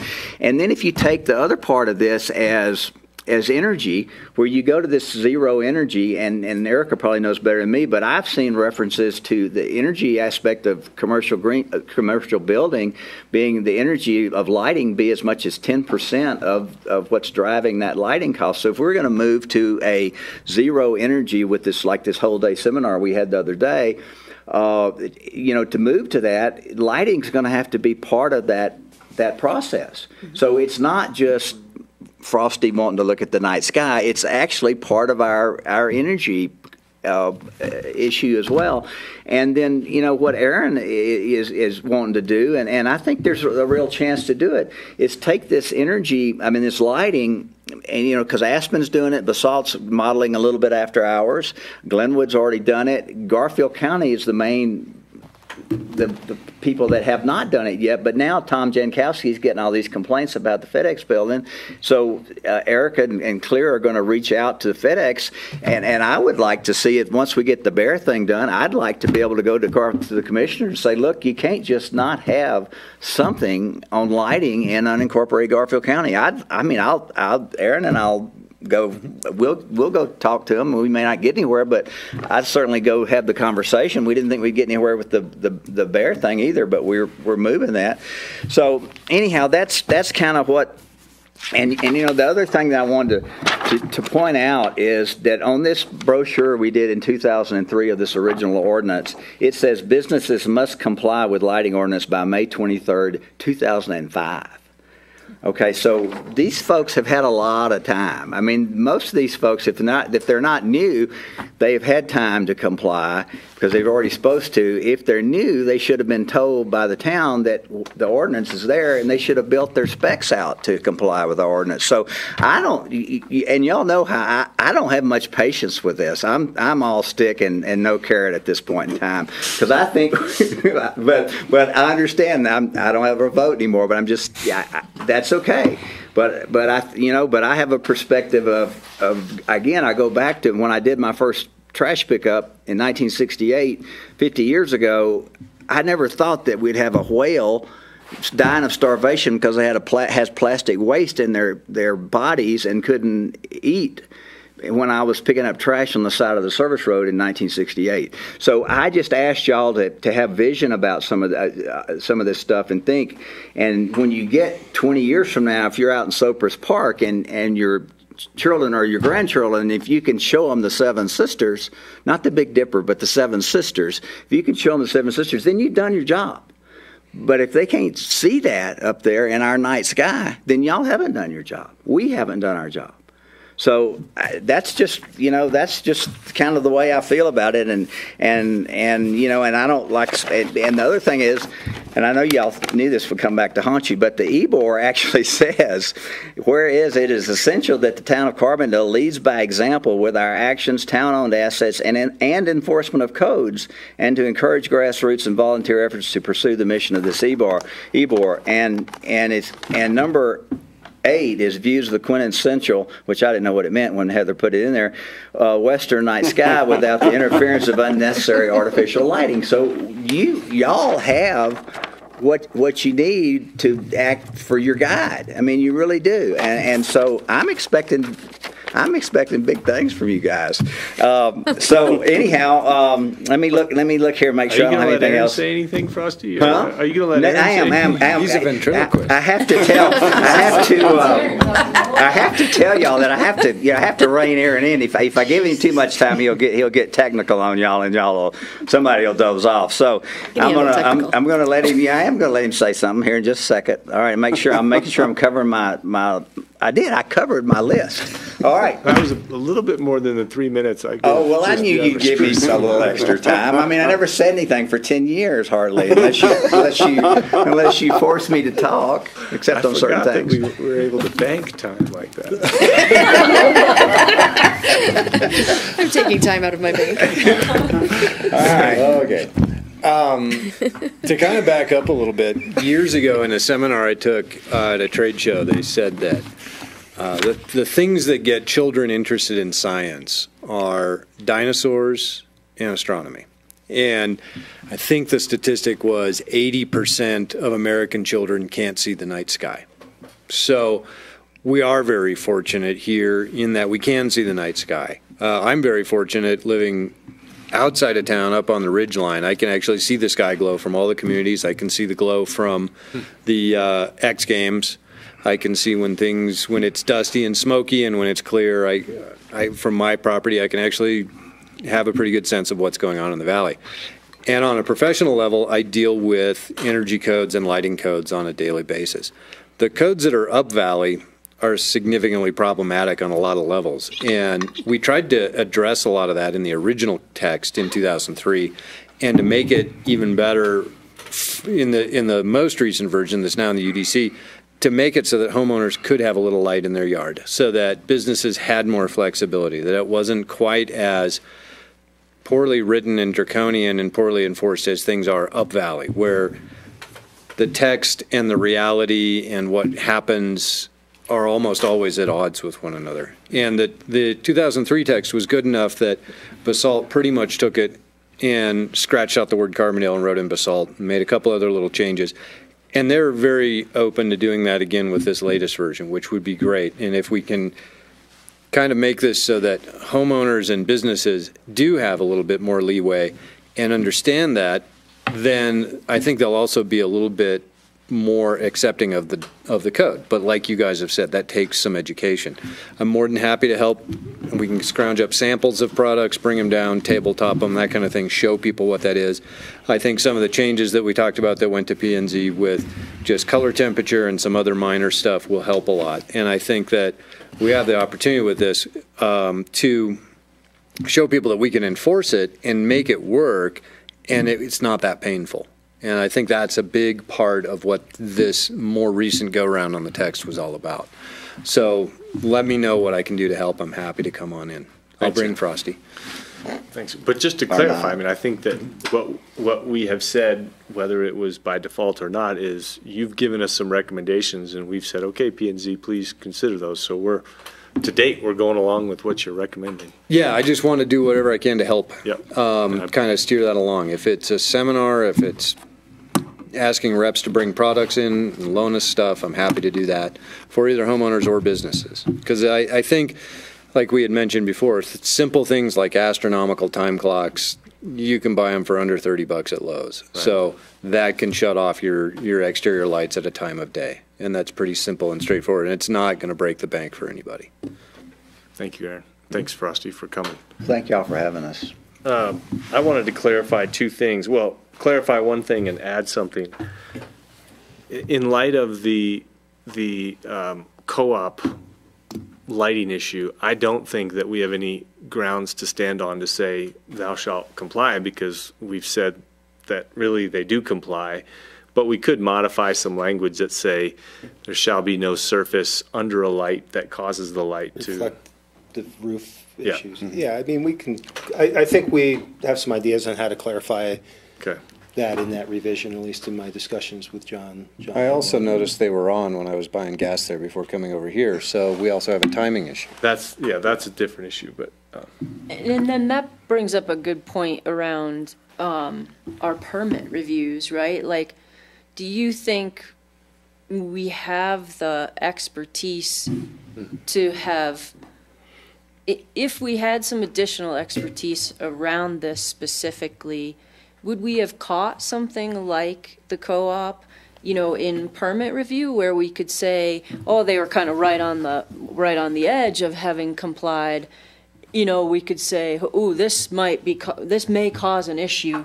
Let's think about this and catch it then, versus now, like where it's all installed.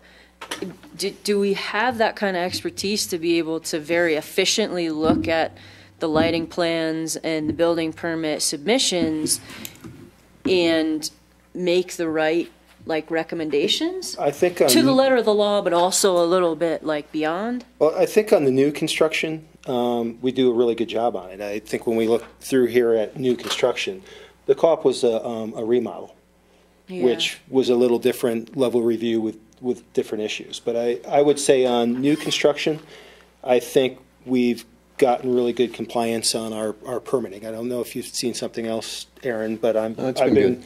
And I think our drive-through pretty much showed that. Remodels are a little more challenging, and the actual enforcement side is the most challenging, because it's always tough when you're going back tougher on existing stuff. So, yeah, I think on the new side we've got good training and good permit review and fixtures. One of the challenges we have is like on residential construction, for kind of folks often go down to Lowe's to pick out fixtures. There's one fixture which is compliant with dark sky offered at all of Lowe's. So we do quite a bit of education with folks saying that if you're going to go shop in Glenwood for lighting fixtures on your house, there's probably one which will work.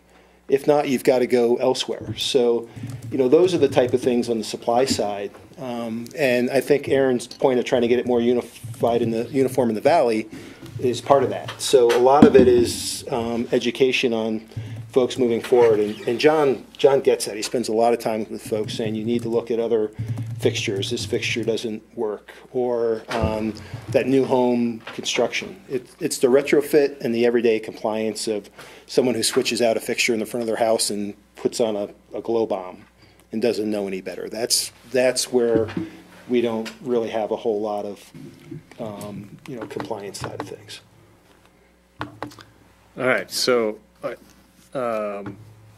anybody have any thoughts on education or kind of what we've talked about? Does that seem like a good idea? Lonnie? Question, we've been talking a little bit about, a lot about enforcement. Is there a consequence apart from remediation that would be imposed? Well, in a violation of the code, Mark, the compliance side is they could be cited in the municipal court and go through the process with the judge on the forced compliance if it's not gotten to the point. And this is not one which falls under an automatic penalty assessment for violating, so it depends on the issue, and it goes through a municipal court hearing, which is time-consuming and something we try to avoid when it comes to these type of code issues. We'd rather have the compliance up front, but there is a tool there. Oh. But by the time you get it to the prosecutor, and normally you end up with an arrangement made out in the hallway between the prosecutor and the defendant on something, and often that's not the best result for this type of issue. Yeah. So any other thoughts on giving guidance on education? We talked about essentially, almost by default, Clear will bring this up when they go door knocking. Yeah, and we can do really targeted outreach if we can get contact information.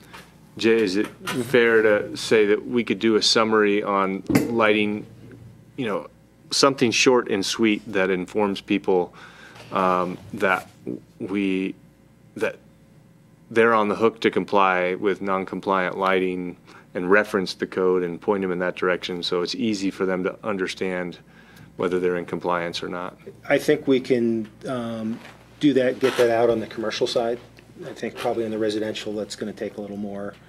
Just on the website. Oh, yeah, but it's two different things, I think, as we talk to residential versus commercial. So I would like if we could kind of tackle the commercial one first, because that's the one which, in all honesty, we didn't get done after the drive-through, because you'd asked us to get that out through the chamber and stuff, so we need to get that done. Okay. Marty? Yeah, that was one thing I was thinking, maybe some type of presentation with the chamber. Maybe next time they do their annual event, we could have something set up there. Staff could, explaining what it is and what would bring you into compliance, and maybe with CORE or CLEAR, the programs available to help bring you in compliance. Mm-hmm. To me, that would be like a natural fit. And at one of their, is it an annual event they have? But you get, a really good number of businesses from town. Yeah. That'd be getting everyone kind of at one shot. I think it makes sense to, if we put something on the website or whatever, we just ask Clear to include that in your promotional information at an event like that or something to that effect, rather than us having a dedicated booth just on that. Right. It doesn't have to be a booth. That's just one approach. Yep. We could do a presentation at a chamber meeting. That'd be another approach. And then, the people at the meeting, they could put in their newsletter. That's to the rest of the members. Mm-hmm. I'm not opposed to that if somebody wants to do that. So what about enforcement? So back on education, I'll take residential to the next e-board meeting. Yes. Oh, yeah. And e-board. just do like a little quick brainstorm about what some of those ideas might be, and kind of bring that back to you guys, see how much they could take on and what their thoughts are around that. Yeah, thank you for reminding me of that. I'd say whatever the e-board wants to tackle is great, is what I'd say, unless anybody has any other thoughts. I have one comment, sorry. The last time I searched the Carbondale ordinance was before our drive-through, and Google was still going to the old document. I don't know if that's been updated to go to the UDC, but the first items that came up on Carbondale outdoor lighting were the old 18053 chapter. So that could be something that could be addressed in the search tags possibly. Which is just fascinating in general that it would point to any pieces of the old code. Yeah, because it's not. You have to redirect them. Yeah. Yeah. That's kind of big. Sounds like a bigger issue. Yep. So the point I was going to clarify with my suggestion on enforcement is, I feel like a time period, so even if they've been out of compliance for decades, I still feel like, I don't expect our businesses to go back and, read through the code and know that they're compliant or not. So I do feel like it's fair to start from scratch. And all right, now we're enforcing it. If they've already received notification, that's one thing. But if they've never received a notification, I feel like it's only fair for us to say something. We don't have the staff to go, and I'm not suggesting that we do go to every business that we find non-compliant. I do feel like it needs to be complaint-driven. I think that's a reasonable way to approach enforcement in these things, is if it's a complaint. To me, I like the idea of setting a time frame that we feel is reasonable, but if it's so bad that there's 3 complaints or multiple complaints, then you can sort of usurp the time frame and say, no, it's a big enough issue, you got to comply right now. So to me, the multiple complaints is if it's really bad and the time frame is, just too long. But that's just an idea I had. Any thoughts on this? Do you guys feel like we need to give specific guidance on how to address compliance, or do we just say go out and find every non-compliant business and make them comply within a certain period of time? I would want any timeline and how many warnings you get and how you get fined to be consistent with whatever else we enforce. I don't feel like there needs to be a separate enforcement regime for this part of the code. There's a lot of things in the code that need to be enforced, and I feel like this is one of them, and we should do it in a consistent way.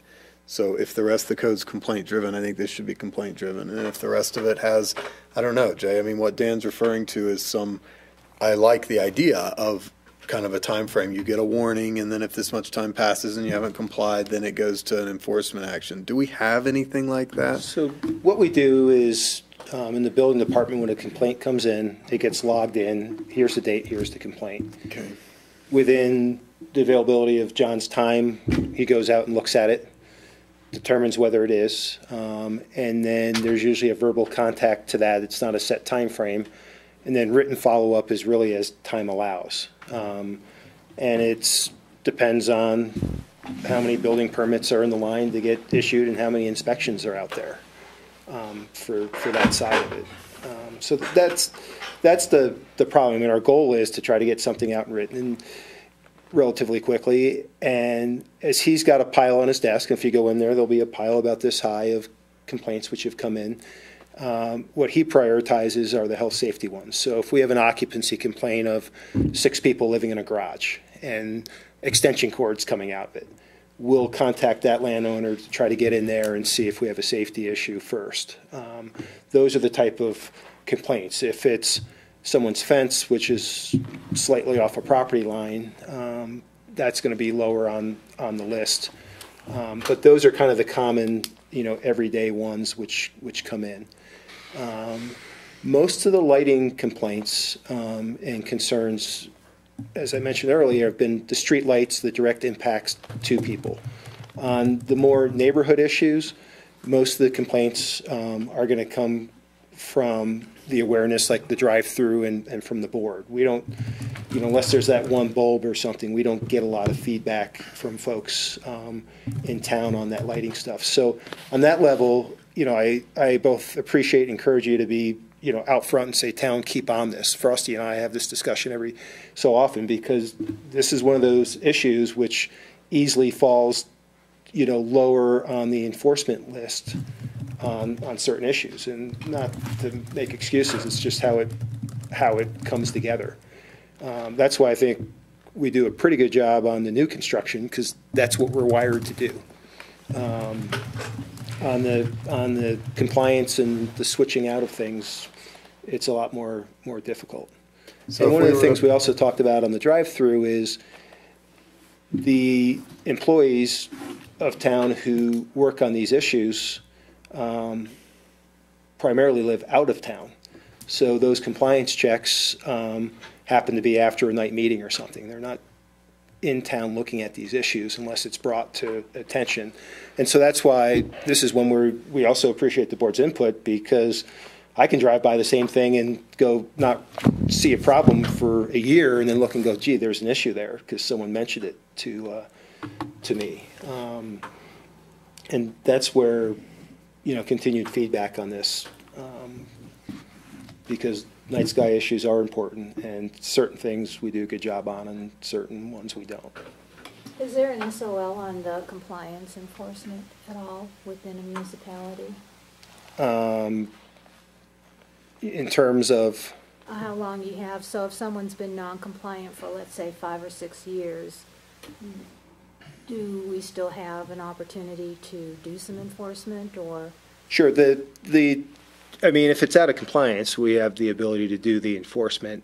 There's no requirement for a warning versus action. It's just more, how we normally operate and try to work with folks on things. Okay. A written notice and a call usually gets way more completed than a citation. That's normally how we can get things done. Or there's a remodel in the balance of the building or something where we actually have the leverage and we're out there, on site dealing with them on things. Jay, to Ben's point, I can't really wrap my head around all the non-compliance issues and whether or not it makes sense to have that be uniform or not. But at the very least, we could just say, we'd ask that staff follow up after a complaint within a certain period of, and force compliance at that point. And that's just, verbal guidance.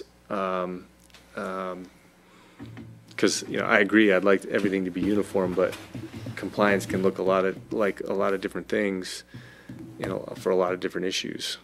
My issue is just prioritizing this above that other stuff. If John's got a stack of stuff to do on his desk, and we're saying now that lighting is more important than those other complaints, and this has a timeline and the rest of those don't, I am trusting staff more with the prioritization of code enforcement.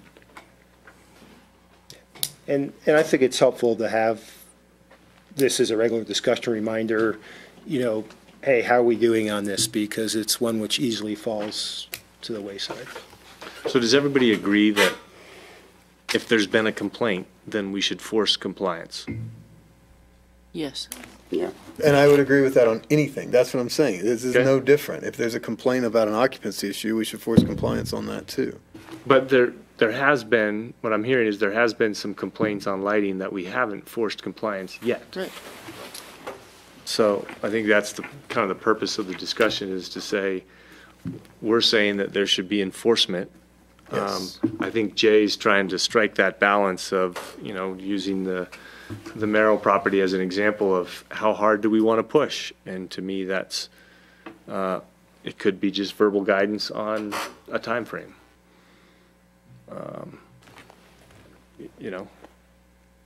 6 months, 3 months, that there's been a complaint, that we're just asking staff to maybe at least report back or something so that we can keep it on our radar screen. Because really, I think where there's agreement is we don't want these to fall off the radar screen of staff, and we're not suggesting that it be prioritized over health safety, but we don't want it to fall through the cracks. So Jay, any suggestions on how we can do that effectively? I think, the biggest thing is to continue it as a dialogue as an importance for the board. Every couple meetings, we're going to have an issue which comes up and the board goes, this is our issue. And then things get shuffled around, and to make this a continuing level of importance for the town on enforcement, and we'll continue to work on it. But what if we asked building staff to include in their, maybe it's not every quarter, maybe it's every 6 months, a list of lighting complaints in their report to us? Sure. Okay. I think that'd be great. It's a good idea. That sounds good. Marty? Yeah, I really like that, because that way, your idea they have 6 months or 3 months or whatever we say to come into compliance, and that way we can see, okay, if these complaints, if there was a complaint, it was judged and they were given whatever time, reasonable time period, 3 months to 6 months, to come into compliance. And then if they haven't come into compliance, then we have to start thinking about enforcement. You know, they've been made aware of the problem. We're giving them the opportunity to come into compliance, and if they choose not to for whatever reason, then we have to do something further. Okay. So maybe, let me just summarize this. So we're directing staff to say, yes, when there's been a complaint for lighting noncompliance, we'd like you to pursue it and require enforcement to make sure that they don't slip through the cracks. Building staff will report at least every 6 months, perhaps quarterly, if that's feasible, of any complaints that have been levied and enforcement hasn't been following up on. Does that sound right? Yes. Yeah. Okay. All right. Okay. I think that's it. Thanks, everybody. Thank you. Thank you all for your time. Aaron, thank you. Oh, I had one other thing. Frosty, we'll Sorry. see you at the Bears next time. Bears next. Real quick on the lighting, the one other thing was on town lighting the town-owned lighting fixtures. We don't have to talk about it right now, but, and maybe it'll just be during budget discussions, but if we work in some replacements for some of those lightings that we drove, the town-owned, like neighborhood streetlights that we drove by. The issue we have are a couple of the older, more like on Hendrick's side of neighborhood streetlights, which could be retrofitted. Yeah. And they do, they provide a lot of glare. Some of them are just on all the time. There's some issues on the older street lighting, which were part of the developments. Yeah. Yeah. So if we could just not lose sight of those as we move forward. Okay. So let's take an 8-minute break and come back at 5 after 8. Great. And we'll come back to the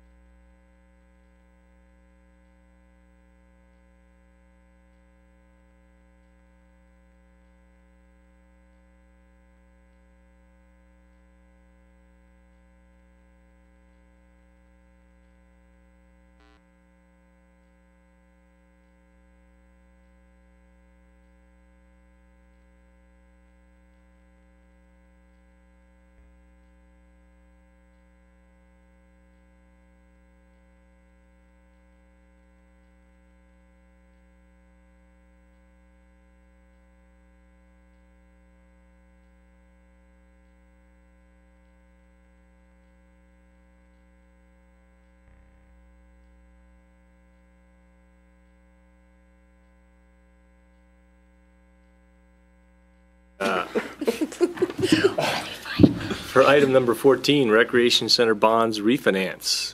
Jay, you want to tee this one up? Sure. We've been discussing for a while about moving ahead on potential savings on refinancing the rec center bonds. There's a little over $1.2 million outstanding. There is an opportunity now that they're callable within the past year to potentially save some money. This isn't a huge savings. You know, we're looking at roughly maybe a $60,000 savings by refinancing the rec center. At one point, we had talked about doing an internal refi of it and loaning from some of the reserves to cover that. That margin got a little tighter over time, and we weren't as comfortable kind of locking up $1.2 million and not having that in a little more liquid form. So we started working a while back with George K. Baum to look at what options we had to move ahead with a refi. I entered into a letter of agreement with George K. Baum to kind of look at different options for us and come forward and present them to you, which we're doing tonight, and then hopefully get a takeaway in terms of kind of a game plan to move forward. I don't think we need to pick a preferred. Kyle will explain how this will work, but I don't think we need to necessarily pick this is who we're going with, because these numbers can change a little bit as we get to the end line. The idea is to pick what's the best deal for the town. But there's been quite a bit of time going into looking at different options and ways to move forward with this refinancing of the rec center. The other part of this is that there's a reserve fund that the current bonds require us to keep in place, and this would essentially free that up to go back into the rec use and sales tax fund now instead of in 2024. And what's that value right now? $173,000. $173,000. So that actually frees up available funding for projects for Parks and Rec, and lets that out now instead of 2024. And the $60,000 savings is basically equates to a playground upgrade, is how we look at it. So it is important, particularly when you look that we're doing each year one FMLD grant, often for Parks and Rec, for about $25,000, and that's about what we can squeeze right now in terms of projects. So the $60,000 roughly that we could end up would equate to a playground upgrade as we kind of look at what's in the ground. So with that, I'll turn it over to Kyle to introduce kind of where we're at and where we've gone through on this process. Okay. Thanks for coming, Kyle. Yeah, sure. Thanks for having me. So, as Jay said, there were bonds issued in 2004 and 2006 to build the building behind us. So, those bonds are roughly at 5%. So, the reason to refinance is just to save an interest rate. So, the interest rate that we're looking at is in the upper twos, roughly. So, you go from 5% to 2.85. You save money, you save interest expense. The other benefit is that you would free up the reserve fund. The new, whether it's a loan or a bond issue, would not require a reserve fund. So the bonds that were sold in 2004 and 2006 were, well, in 2004 was a public bond issue. So those were sold to anyone in the public who wanted to buy those, and the 2006 bonds were a direct placement. So I've presented here a few different options. If you look at, I'm looking at what's in your board packet here. So there's three options: a bank loan, a public bond offering, and a direct placement. So there are many banks that now are very active in the municipal lending space for tax-exempt loans. So this wouldn't be a security, it would be a loan, but the security behind the loan would be the same as for the bond. So it's the half-cent recreation sales and use tax. To the bank, it's just something that they place on their balance sheet. They hold a loan. You make payments to them just like it was a bond issue. A public offering would require a little more effort on the town's side, and it would be a little bit more expensive, because whether you're doing $1 million refi or you're doing a $100 million bond issue for a school district, a lot of the steps are the same. So you're still going to go to the rating agency to get a rating, because that's going to help your interest rate be so much lower. There's going to be a disclosure document that's put together, and there's some expenses associated with that. So some of the reasons to maybe do a direct placement or to do a bank loan is it's a little less expensive and a little bit easier on the staff for a smaller size financing. So what I did is I approached a variety of banks that are most active in this space, as well as some potential investors that would look at this from a direct placement standpoint. And then we also have a capital markets group, and we do bond issues. We do about a bond issue a day as a company. So we can look at what the rates would be in the public market and kind of compare these. That's what I'm showing here. The rates are actually pretty similar, and from an annual savings standpoint and a present value savings standpoint, as Jay said, it's almost the same. It's about $60,000 is roughly the savings. To kind of frame that, and is this a good deal or not? The general guideline for when you should pursue a refinancing is when the present value savings is 3% or greater. So how you calculate that is if you're saving $60,000 on, you take that and divide by the principal amount, and that gives you a percentage. So it kind of equates it. Saving $60,000 on $1.2 million is 5%, versus if it was $100 million, it wouldn't be worth it. So the general threshold is 3%. We're at about 5%. So it is well above kind of that threshold for when generally it's worth pursuing. So the next steps would be some of the banks have responded with specific terms that say, here will be the interest rate as long as you close by this date.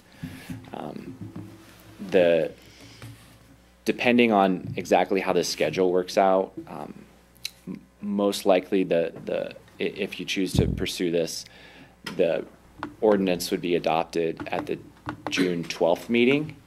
And so by the time that's published and becomes effective in 30 days, we'd look at closing around the end of July. So that's kind of the time frame. So interest rates could still move a little bit between now and then. Again, as Jay said, the goal would be to get the best deal for the town. So I can just quickly go over a few of the proposals, just some of the top proposals that we received, to talk through those. So I provided a summary document here. Again, the first column just shows a public offering. Again, I think unless if the savings were significantly better with that option because of the added expense and the added work, I don't think that's probably the best route to go. Could you just clarify what page or what figure you're looking at? There's a lot of stuff in here. Of the board packet 192. Okay, thanks. Got it. And sorry, my version is sideways, so I'm kind of looking with my head. So sorry. As are yours. Sorry about that. So the direct placement with a registered investment advisor, again, the rate on this would probably not be fixed until about 2 weeks before closing. So I would say that's the downside of this option, is that with a bank, I can tell you what the rate is going to be a month before closing, or for some of these, I can tell you what the rate's going to be right now. It's got to be. For any sort of public offering, until you actually have that pricing day, you don't know exactly what the rate's going to be. So there's a chance it could be a little bit higher or it could be a little bit lower. I'm not going to try and predict.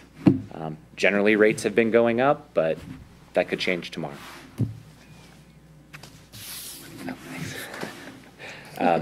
In terms of the banks, so on the next page, it goes over the banks.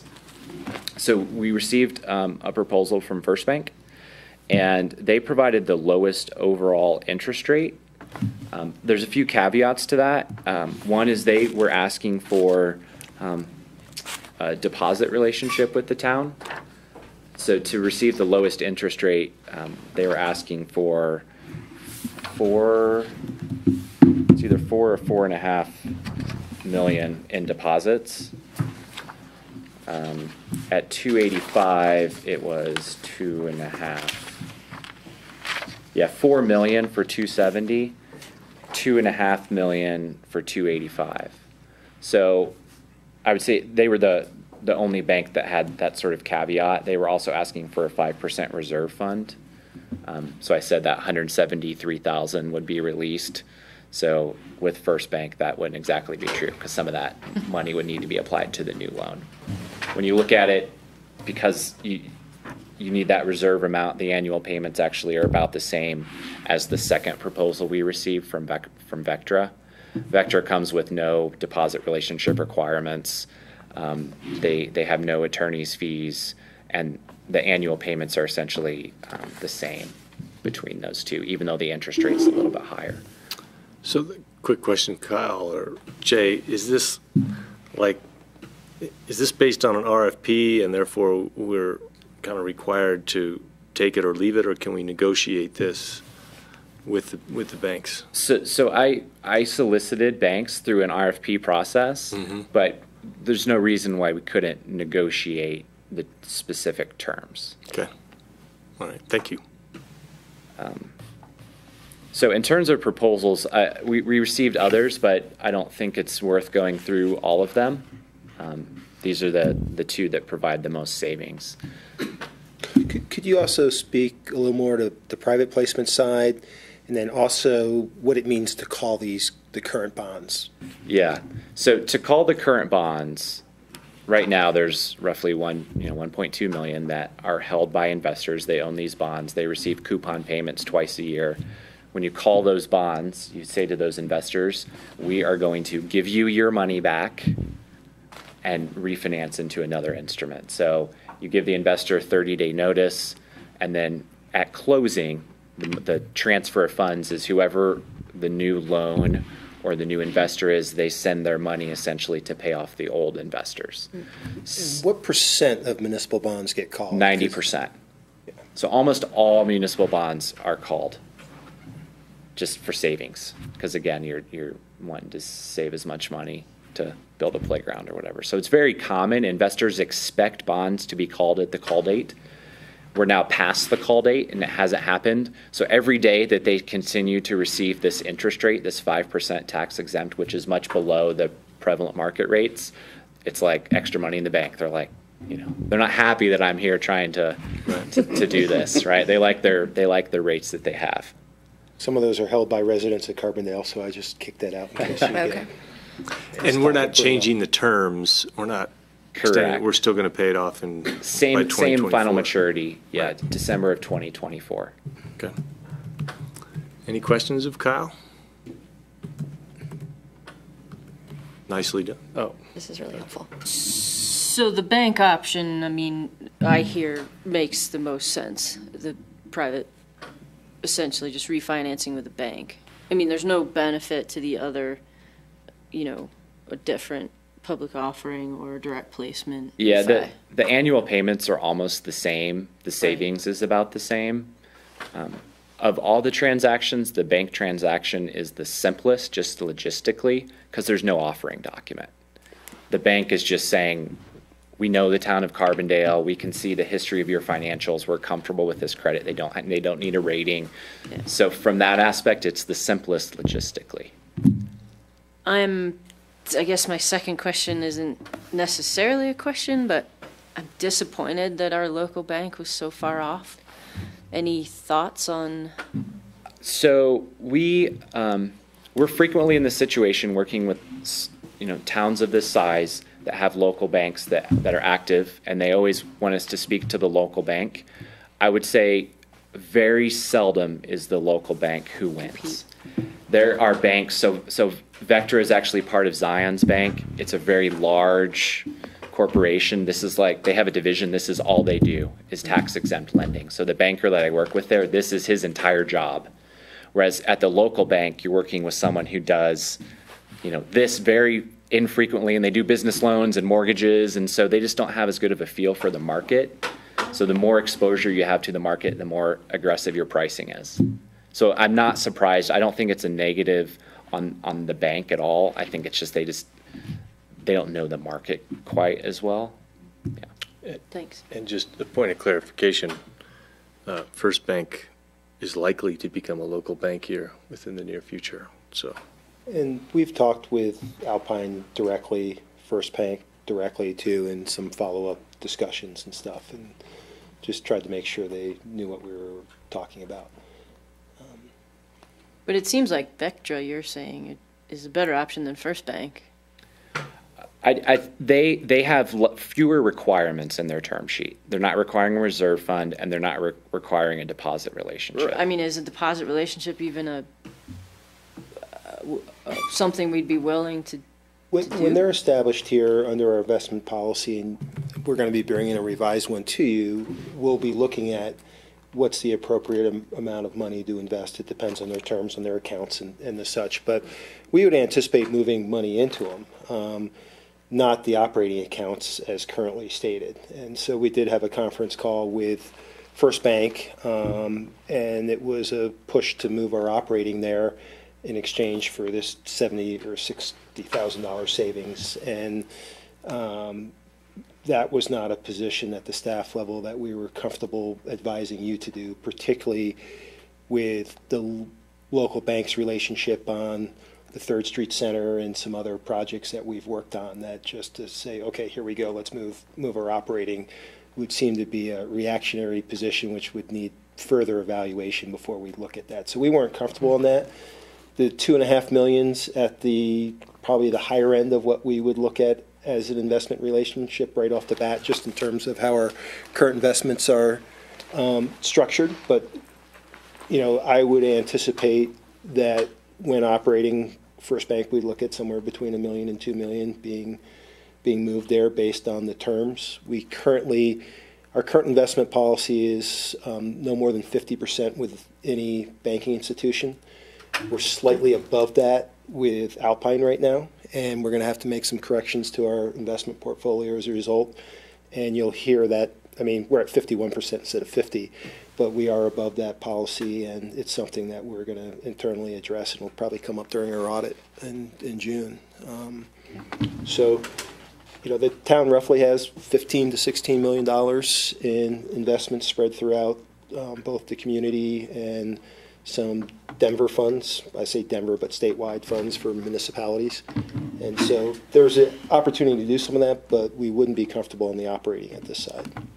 Thanks, Jay. Ben, did you have a question? Yeah, just on the on these quotes. So looking at the Vectra one, there's present value savings of right around 60,000, but then there's fees of 27,500. Is the present value savings after paying those fees? Yeah, it's net of all the fees. Okay. So the true savings would be 90,000. Okay. And so the GKB fee, 15,000, that's for your firm. Correct. And then who's the bond counsel for 12,500? So that would be QTAC Rock. So that's an attorney firm, a public finance attorney firm. They offer the tax exempt opinion, and they draft all the documents. So if there was an offering document, they would do the official statement. If we do the loan, they draft all the loan documents. It's a requirement to have a bond attorney for any tax exempt financing. I did solicit bids for that from 4 different firms, and actually QTAC provided the lowest bid, and he's the attorney who's done the last 2, and he wanted to continue working with the town, so he provided the lowest fee, and it's very reasonable for this size. So, yeah, we went through quite a bit of detail in terms of researching other bond counsel, asking Kyle to look at some other bids, because to me those are the costs which kind of frustrate me on reissuance, to say, oh, suddenly everyone else was $20,000 basically. And that just seemed a lot of money for this level of work. So when our current bond counsel requoted at 12, we were pleased. And that's also a bond counsel that Mark and I occasionally use to reach out for questions on town-related business. And in all but one occasion when no one would give us bond advice, and that was when we were doing our first marijuana excise tax, he's been very forthcoming helping us on bond issues or financial issues for the town. And you're comfortable, Jay, that the $15,000 for this firm is industry? I think we're getting value for the effort. It's not a this isn't a big dollar item. I'm very comfortable with both George K. Baum and Tom Pelt. I think that's a great pair. Great, thanks. I worked with the exact same folks with the Snowmass Water and Sanitation District bond they did on their plant last year. So we're not taking formal action, as Kyle said. The ordinance would come before us at our next meeting. But kind of speak now if there's any. I think we're all I think what's being presented to us, and if we all agree, we're conceptually agreeing to pursuing this with the notion that we're going to save around $60,000. And my opinion is I trust staff to, whether we want to pursue moving funds to meet deposit requirements or negotiate what sort of balance they require us to hold, I'm willing to trust staff and on that. I'm seeing a bunch of heads nod, so. Yep, I would agree. Jay, any other guidance you need from us? No, I just want to make you aware where we're moving forward on this, and if you had any other specific questions for Kyle, I get the big picture, but when it comes to the mechanics of actually calling it and issuing the paper, we rely on George K. Bond for that side of it. All right. Thank you, Kyle. Thank you, Jay. Thanks. Thank you, Renee. Thank you. All right. All right.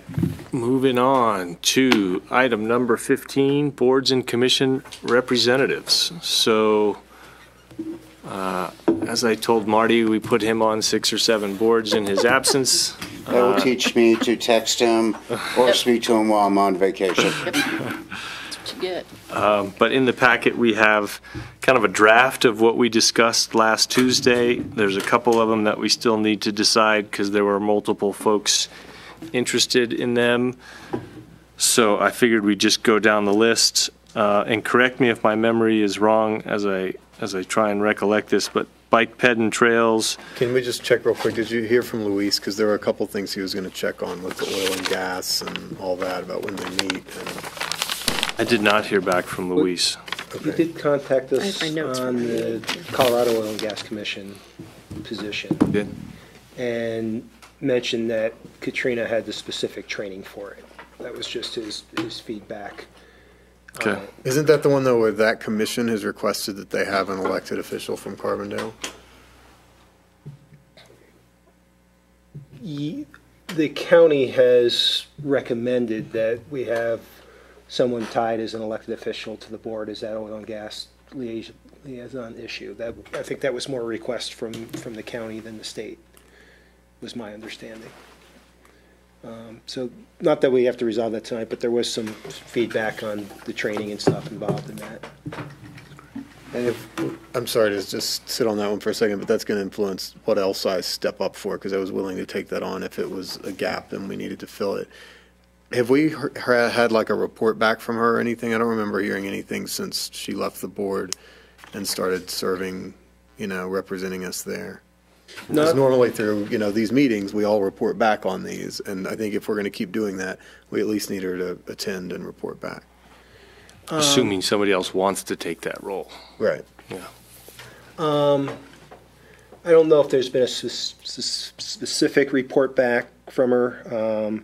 Okay. I know I did have some questions back from the Forest Service and the Forest Supervisor for the region on kind of who was in our role and how that played to some of the stuff up in the storage fields, Black Hills, right on the edge of Thompson Divide.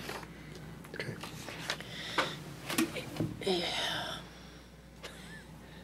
Okay, I'll shut up now. We can look through it. I just wanted to know if Louis. I mean, it's not like I necessarily want to step up and do it. I thought Katrina maintaining that role was more of a maybe kind of a temporary thing as things settled out here. I think it's probably a little odd to,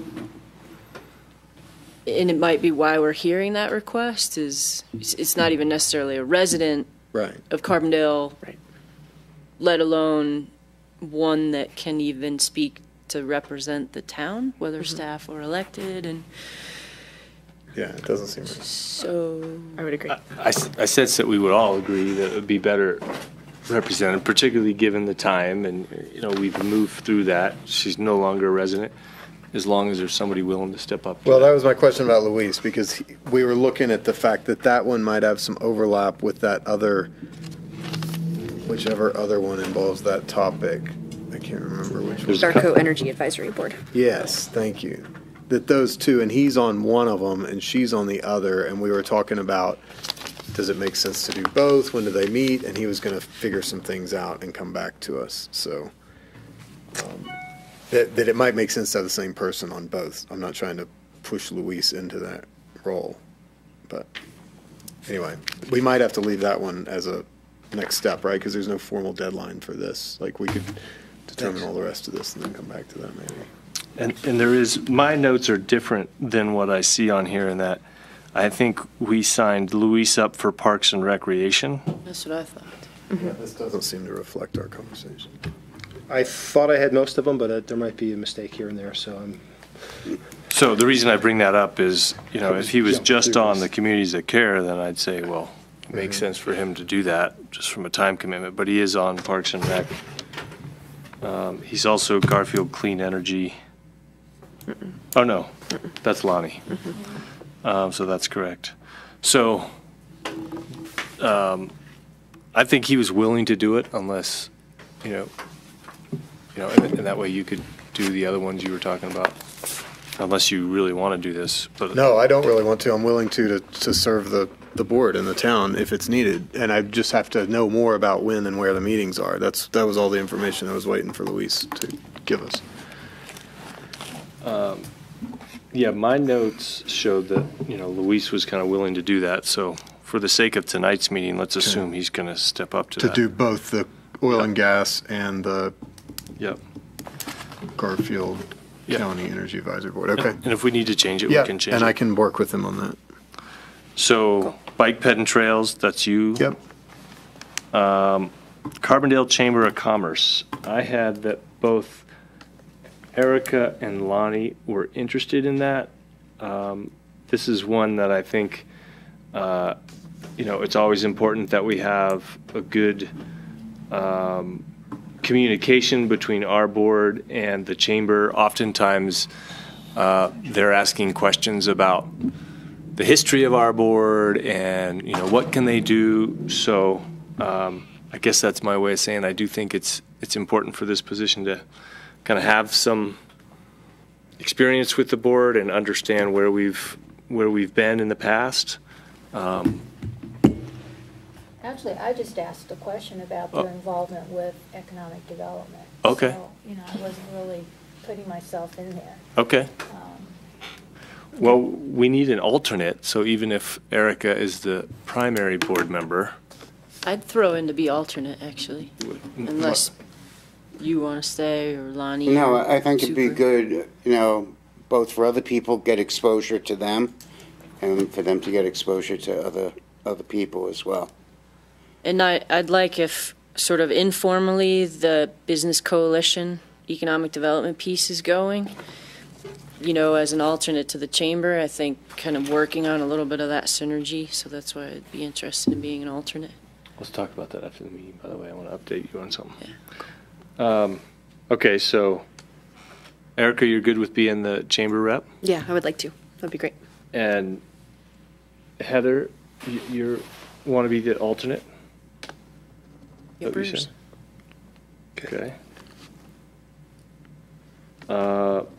Public Arts Commission was going to be Marty again. Good with that. We've got Luis for Oil and Gas Commission. CDOT, really I've been on that and I'll continue to be on it, but we haven't had anything, so I don't attend those meetings. So That's more to the lobby for funding, and once our highway project was done, we're down at the bottom of that list again, so we're not quite as active. Right, no, that's fine. We don't have the spot on the core board anymore. The environmental board, I have. So that needs to be struck then, because that's still on. Correct. The environmental board was going to be Heather. Garfield Clean Energy, just so stop me if I'm wrong, is Lonnie. Right. Still works for you? Right. Parks and Rec is Luis. Okay. Yes. RAFTA will remain me and Ben. Rudai Water and Power is Lonnie. Right. Okay. Senior Matters was Marty or Lonnie is what I had in my notes. I don't remember if somebody really wanted it.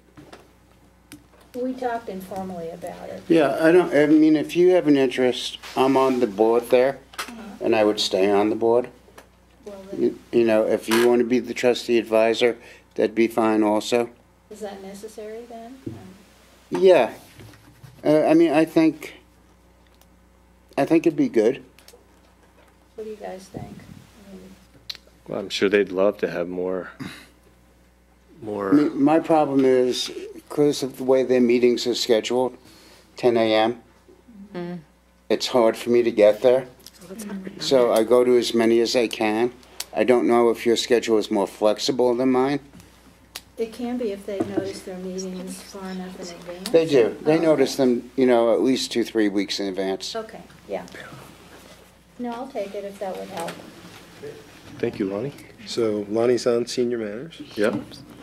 Wait, where am I? I have Erica for Third Street Center. Yep, I can continue that unless anybody wants it. I had Ben for the tree board. I had Marty for the tree board. Marty for the tree board. I'd be glad to do the tree board. What's that? I'd be glad to do the tree board. You say that now. I hear Marty for the tree board. Okay. I marked it I'll really. meet you on the noxious weed board. Wait, that's a separate one. You sure you don't want that one too? Let's start with the trees. So we have Lonnie and Erica for Vale. Okay. For what? Oh, The Victim Assistance Law Enforcement. That's the super That's easy the phone one. call, or the email. So Luis again for Garco Energy Advisory Board. Me for the Mayor's Group. You can take the Mountain Mayor's Group off, Jay, because they don't meet anymore. Okay. Noxious Weeds is Heather. I see why you were trying to get that away. I'm the rep for the Key Leaders Board. Luis is the Community Board. Gosh, Luis has. Yeah, I think Luis and I are going to need to talk because I think I'm not taking on enough and he's taking on too much. Okay. So why don't you? I mean, I could take Communities That Care, or I could take one of these energy You know, I could take Communities That Care as well. gas things. I think he may want to keep that. Okay. So let's just. Why don't I'll Ben? you- follow up with yeah. him and take something off his plate. And you're welcome to talk to Luis about Communities of Care. I just think that's one that he. Okay, I think that's you fine. might enjoy. Heather as Regional Affordable Housing. And then Erica for the last two. And then I had my note per Heather's conversation that we may have representation on some economic development effort that comes up, but, you know, right now, just as a volunteer, Heather's Yep. spearheading that, and that's not a formal one. Any questions or thoughts on that? I mean, does anybody feel like they just took on too many? Because I don't feel like I took on too many, and I want to make sure that I'm doing my Yeah, part. I feel like I only have 2, so I mean, I have room to take on at least one more.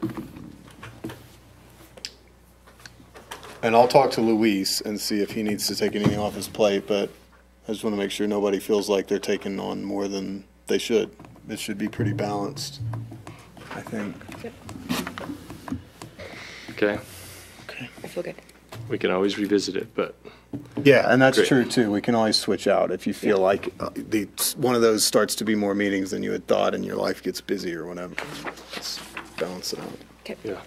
And just, so, just to be clear, Lonnie, you're representing the board on these, you know, you're the liaison to these. Some of these we have fiduciary responsibilities, some of them we don't. It's just a casual relationship. And then feel free during trustee comments to report on these boards. That's when you kind of bring us up to speed if there's anything relevant, things of that nature. So that's how we communicate about this. All right. One of these doesn't have a meeting date with it, so I guess I can, it's Rudai. Rudai. Yeah. So just figure it's about quarterly. Quarterly, Tends to be okay. every 3 months, and it's a very, when can we meet? And then you circulate. I hate that. 12 Bill emails. Doodle Poll. Yes. So recently, Doodle Poll came into our toolkit for RWAPA. So, but it's approximately quarterly. Okay, and they'll contact us or me. Yeah. Okay. So Yeah, I'm going to take care of some emails. And the most pressing would be, if you can make it on the 30th, which is next week, is the interviews for the new executive director. But I'll send you that email. Okay. Let me know if you can. I'm planning on being there, so if we can't double up, fine. But if we can, it'd be great. Yeah. Okay, got it. Noon to 5. Call it 5 at 3rd Street. Oh, 3rd Street. Okay. Got it. Jay, got it? I'll try. I think I missed one or two this last time around, but I think we've got it. All right. Next order of business is selection of Mayor Pro Tem. Mayor Pro Tem is mayor if I'm out of town or can't make a meeting, things of that nature. We've had conversations with all of you. I thought we might just say, yes, formally somebody has to nominate you, but raise your hand if you're interested in being nominated for this. Marty? I would do it, and but Ben. I don't care. Okay. So with that, I just wanted to kind of, so everybody knew who was interested, but is there anybody who'd like to make a motion to nominate someone, knowing that who's interested? This is the fun part of the job. I'll nominate Marty. How about that? I second that. Here comes the train. I mean, I think it's awkward to all sit here and stare at each other, so I think it's fine. I think it'd be great. It's no big deal. Okay, well, I mean, at the same time, I think it's, it's a serious commitment, so I don't want anybody to feel like we have to do it to just make people happy. Right. This is like a real deal. So, but we could do it the way we've done it with applications, where there's a motion on the table and discuss that, or we can go around the room to talk about,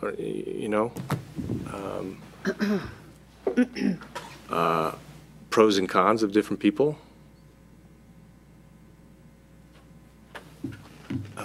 Heather, thank you. Well, there's a nomination on the table. I appreciate a certain aspect of, honestly, seniority in that position. With a fairly new board and a lot of seats, 4 of the 7, none of us have huge seniority. But I really appreciate that both Ben and Marty have the time on the board, have aspects of just the institutional knowledge of the issues that come forward. So I appreciate the nomination on the table, and I would support that. I think Marty would be a great choice, both as a facilitator in that seat, right? There's an aspect of putting certain personal pieces aside long enough to make sure that you can facilitate. And so I think both of these guys would be great. But if that's the nomination, I would support that. Okay. Other thoughts? I think to Heather's point, I'll just be honest, I had Ben in my head because I do think that, to me, the hardest part of the job, as I'm flailing right now, is facilitating the conversation and, bringing the conversation to an endpoint. And I think the fact that you were chair of P&Z, you have some familiarity with that, and I think that's important. Having said that, I have confidence in Marty as well. Do you like walking a tightrope? As long as I have things to hold on to. So those were my thoughts. To be honest, I came in thinking that Ben was the right choice, but with the nomination of Marty, I'm not opposed to that. Other thoughts? I'm so new, I really don't have any, I appreciate everybody at the table. Okay. Well, and it's not a life appointment, right? We do this every year. Every year. That's right. All right. Okay, so there was a motion by Ben. I nominated, yeah. And a second by Heather for Marty to be Mayor Pro Tem. All those in favor say aye. Aye. Aye. Opposed say no. Okay. Welcome, Marty as Pro Tem. Thank you, I think. Say that now. Just trying to be open and transparent, Marty, you know me. Okay, moving on to town board priorities. I sent out an email last week, I believe, with a laundry list of things. Marty, in your absence, you know, you've been through this before, so I brought forward, I went back, and during the conversation, I went back and looked at the priorities that we talked about a year ago, and there were a couple of them on there that you had mentioned, like the lodging tax. Nothing is written in stone. Seems like 3 is a reasonably good number, but that's not a magic number. I thought at least with only 15 minutes to discuss, what I'd like to do is at least see if there was anything else that we didn't include that we can finalize. And I'm looking at my notes, so I'm not looking at what the email I sent out. So is there? I've got your email right there if you want it. Was there anything on that email that, or do we want to add anything to that email? I don't even remember if this was on the email. I did read it, but I was in vacation mode, so I glanced at it. But was there anything about capital improvements? Because, I mean, that's been an issue we've dealt with the last 2 years. Budget's going to come around sooner than we'd like, and we're going to have to deal with it again. Not on the list I sent out. You know, that was obviously a current priority for the previous year. You know what we did about that, but no, that's. I mean, with the streetscape you're speaking about. Yeah. But I'm speaking about like capital, replacing a fleet of vehicles, okay? Yep. Things like that. We've been borrowing from our reserves for the last 2 years. And then you had expressed that, we'd have to look at that again, and you weren't thrilled with that idea. And I don't think any of us are thrilled with the idea of borrowing from reserves for our capital funds. So, I mean, we're going to have to address that at some point. So are you saying it should be a priority to find a solution to We have raising to find a capital funds? funding source. Right, okay. I just wanted to clarify, or if you Yeah. just wanted capital projects to get done. Well, yeah, we want them to get done. Vehicles need to be replaced on a regular basis. We deferred maintenance on a lot of things Right. from No, 2008. I know why. I just wanted to clarify Okay. what And the that's priority why would be. I just think that should be something we should be looking at. Right. Well, and I would like to, rather than add to this, I'd like to narrow it down and prioritize within the list a little bit and say, like, here's about 3 big things we want to do. We're going to do other stuff, but here's kind of about 3 seems to make sense to me that we really want to make sure we keep a focus on. That was next. I just Okay. want to make sure there wasn't anything missing, like capital funding. And my thoughts on that, I've been an advocate for that, but it doesn't seem like it's risen to the top of staff's list for us to find capital or to create a new capital revenue source. Is that a fair statement, Jay? I think it's beneficial to have the board continue to have the discussion on it, because it's something that, as we do our capital planning on an annual basis, we're gonna have to look at. I wouldn't take the discussions on the streetscape, whether to pop that up is saying we weren't supportive of looking at long-term funding options for our capital stuff. I think it was more, hey, we need to make sure we retain what we have before we look at other items. So I think it's a good discussion to continue. From the staff perspective, I think we've got some good planning in place now with the water and sewer capital plans in place and kind of the funding mechanisms for those. And we need to probably focus some of those energies now more on our long-term capital side. Do you think that should be on this laundry list?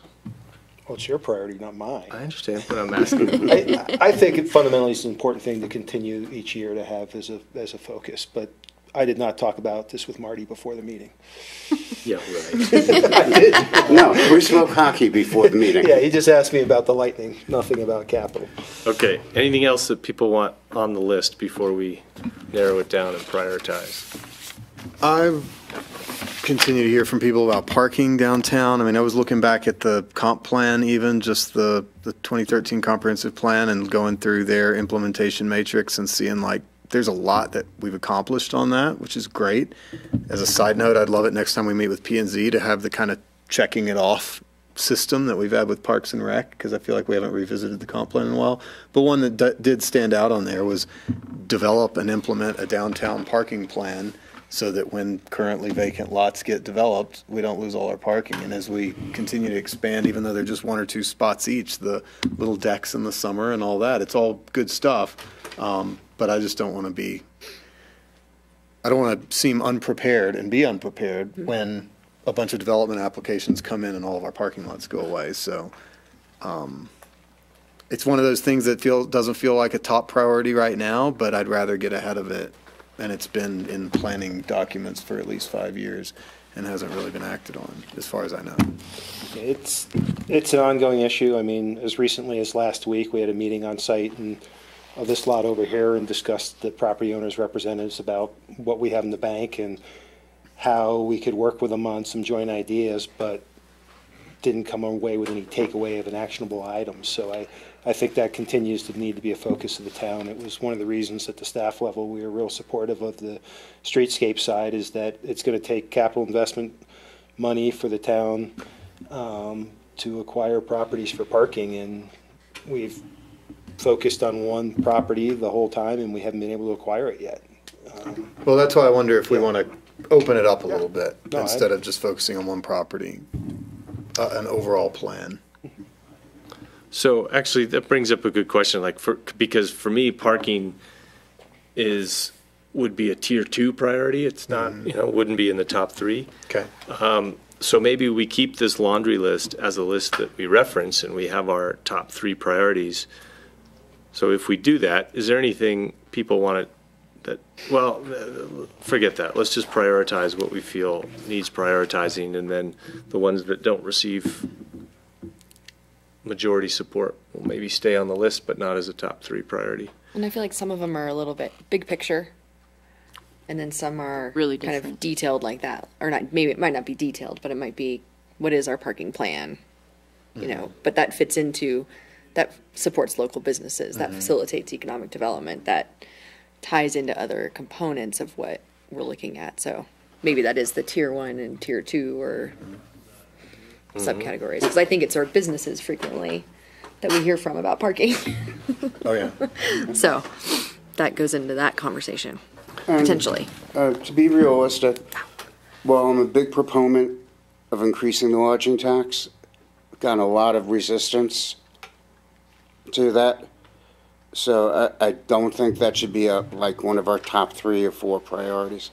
Something I think would be nice as a funding source, but I don't think we have the community support that we would need to turn that into a reality at this point. So why don't we do what we did last time, and I'll start with you, Marty, because you've got the floor. What would be your top 3? I think we need to finalize our waste hauling policy. We put a lot of time and effort into this, and that also impacts our policy towards bears. And I think we're past the 50-yard line, and we need to, finish this out and get it done. If we decide to do it, fine. What's it going to look like? If we decide not to, we need to finish our efforts in this regard. That'd be probably one of my top ones. To me, the second top one, I'm just going to try to keep it at 3, is a combination of the two, supporting local businesses and facilitating economic development. That works towards our tax revenue, it works towards job creation in town, and that's a big one. This may sound strange. I think we've done a really good job on facilitating affordable workforce housing. There's more to be done, but there's going to be a lot we've already set in motion that's going to show up over the next year or 2, because we don't control when these projects get built. So while that was like my number 1 2 years ago, and I think it was a number 1 focus for the last 2 years, I'm not saying we should ignore it by any means. I just don't feel that has to be our top focus right now. So what would be number 3? You know, two-way communication strategy with community and staff, you can never have too much of that. Okay. And that'd be my top 3. I mean, again, environmental stewardship would come up with the EBOR. We're addressing the lighting issues. I don't think that's high enough to be like, you know, one of the top 3. So, I mean, I gave you my top 3, and, you know, I'm sure there are differences, but. Okay. Heather? I'm next, around the table. Marty, we are so aligned, it's ridiculous. So, finishing the waste hauling, I think we're, you know, at the 20-yard line. So there's no reason to not get that. We'll be in line. The combining, facilitating economic development and supporting local businesses, I see those as the same. So that's, my top 3 are not in any particular order. They're just the top 3. So that would be number 2. The two-way communication strategy, you know, really after Ben brought that up, I've been thinking about it a lot. We are the head of the snake, and to actually develop something really of substance that carries all the way through from staff to these boards. So much of what we talked about tonight about like enforcement of codes, education, and then the e-board will take on this education, and that could be very splintered and sporadic and waste a lot of time, whereas if we really nailed something like this, I think it creates the outlet for just a lot of streamlined communication between here and the community and even broader in the valley. So that's my number 3. And really, honestly, if I had a 4th, I think it is the affordable housing.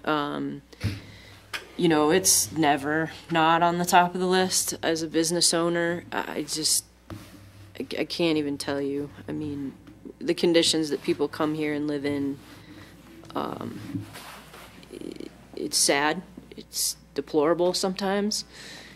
And what people will give up to live in certain conditions. And so I know it sometimes falls away because it feels like we've built, you know, 20 units or, you know, but it's just if we don't stay on it and be on top of the strategies, have some funding sources, those kinds of things, so that when there's a little dip in construction costs, bam, that's when you hit and you can build 50 more units, right? So those are the like affordable housing is a long game for me, so it's like not in the top 3, but we've got to be in that long game to really make a difference beyond our kind of, you know, 20% and some of the other projects.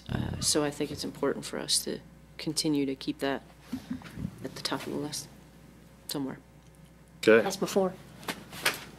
More alignment than you thought, so you're right? At 5. I combined 2.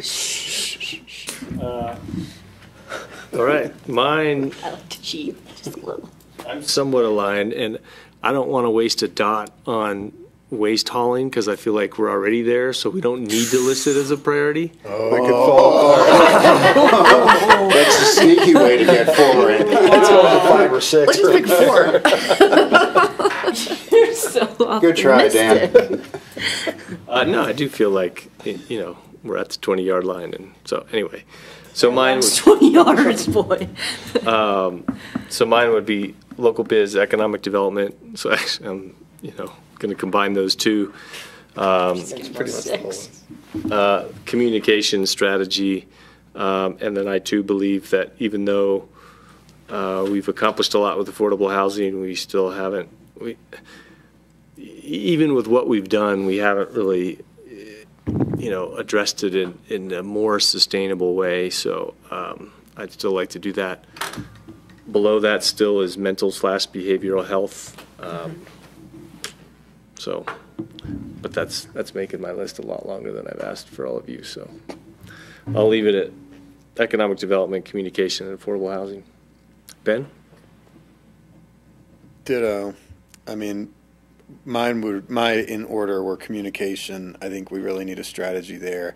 I want to hear back from our police department on what's happened since we had the policy on having a communications outreach officer or whatever, and some Spanish training and all that kind of stuff. I feel like we haven't followed up on that. It's been a year and a half or more. Yep.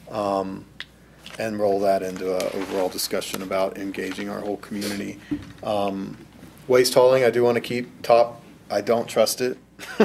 So I want to keep the eye on the ball there. And I had a toss-up between housing and economic development for the last one, but it sounds like we're all pretty close. I do think housing, though. I mean, I think we need to continue these efforts on economic development, but, you know, our economy's not crumbling around here right now. Things can always be better, but housing is a ongoing kind of low-grade crisis that we've all just gotten used to. And housing's part of economic. Yeah. I mean, our business owners. Businesses. Well, and I need it. feel like when you campaign and when you go out and you talk to people, which a lot of you just did, and it's been 2 years for me, but that's the issue.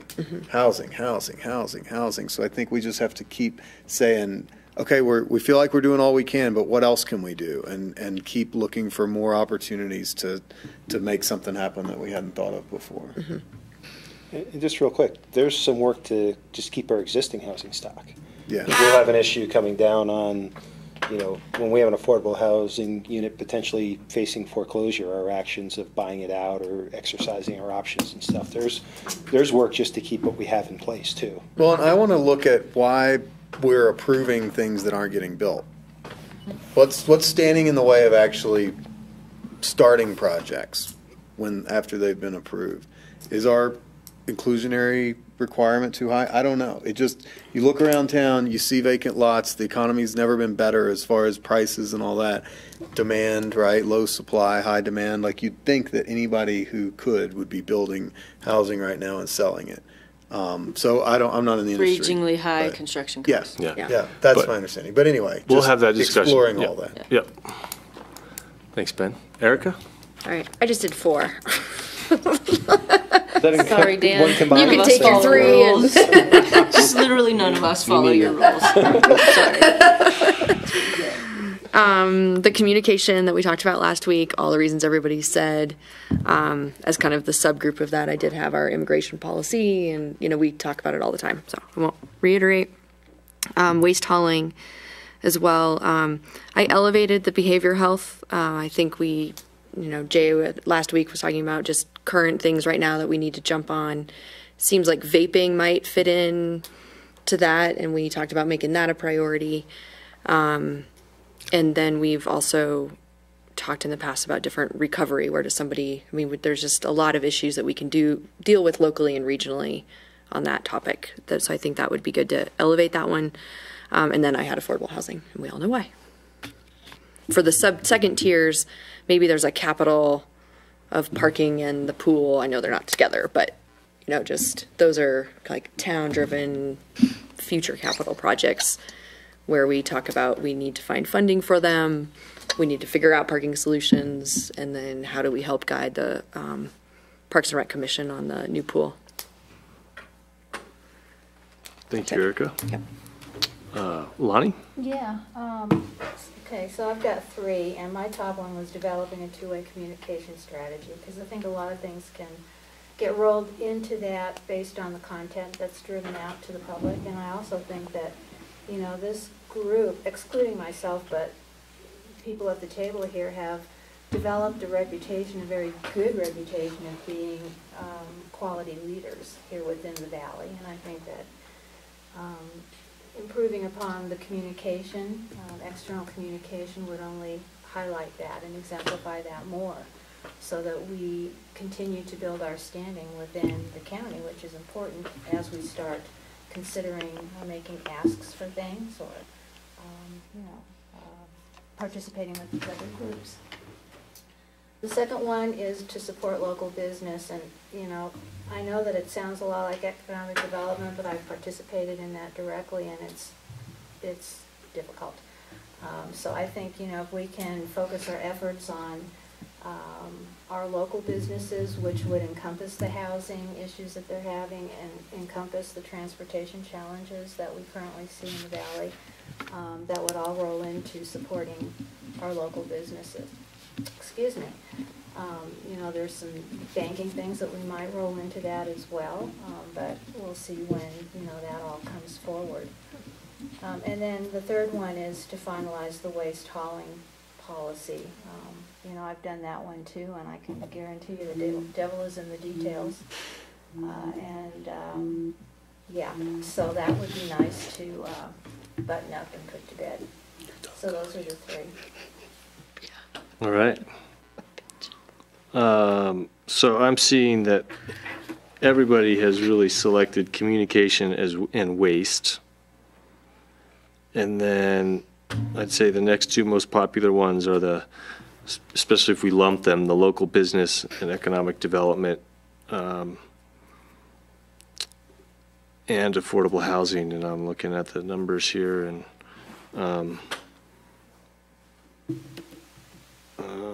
I think that's okay. I mean, I don't think we have to limit ourselves to 3. I just didn't want to have 7. Yeah. And I think with the local business economic development, when I think of that, I think about, like, we don't have to define that right now. We have some interested businesses that are starting to form. There's some other ideas about developing entrepreneurial ecosystems, and I kind of put that all in the same bucket. And we don't have to differentiate that right now. We'll see what takes shape. How do people feel about those 4: communication, waste, economic development, affordable housing as being our priorities? Good to go. You feel like leaving this list, as the list, so that we can reference the entire list in case things come up, or do we just want to focus on these 4 and forget about the rest? I like keeping the rest. Well, my only hesitation is this seems to be out of your head which is great, but rather than something that we all put together. So That's true. I wouldn't have lighting anywhere on there. There's things that I wouldn't have at all. And there are other things, if we were going to make a list, that I would prioritize over some things on there. So I think we should stick with things that kind of made our group list. It doesn't mean that that's all we're going to do. Mm-hmm. Okay, so I also heard, in addition to those 4, I heard both Eric and I mentioned behavioral health. Nobody talked about the pool, which is interesting. It doesn't mean we're not going to support it, but it means it's not our top priority. And I think that's important in and of itself. Yeah. Yeah, I mean, it's extremely important. I think where I went with the list is more the things that really sit here, right, versus the things that we need to just make sure that we're, like, staying in touch with Parks and Rec, and how else do you need our support and things like that, right, where it might just come before us when they need us, versus my list was the things that are really about proactively spearheading a subject area that no one else is taking on. And that's where, like, lighting, I feel like we kind of knocked it off tonight, and we have a path forward with staff, so it's almost like, we can already check that off, at least for now. But Put it on the list, we can check it off. Yeah. That's good. I think that's particularly... So anyway, like, pool's huge, right?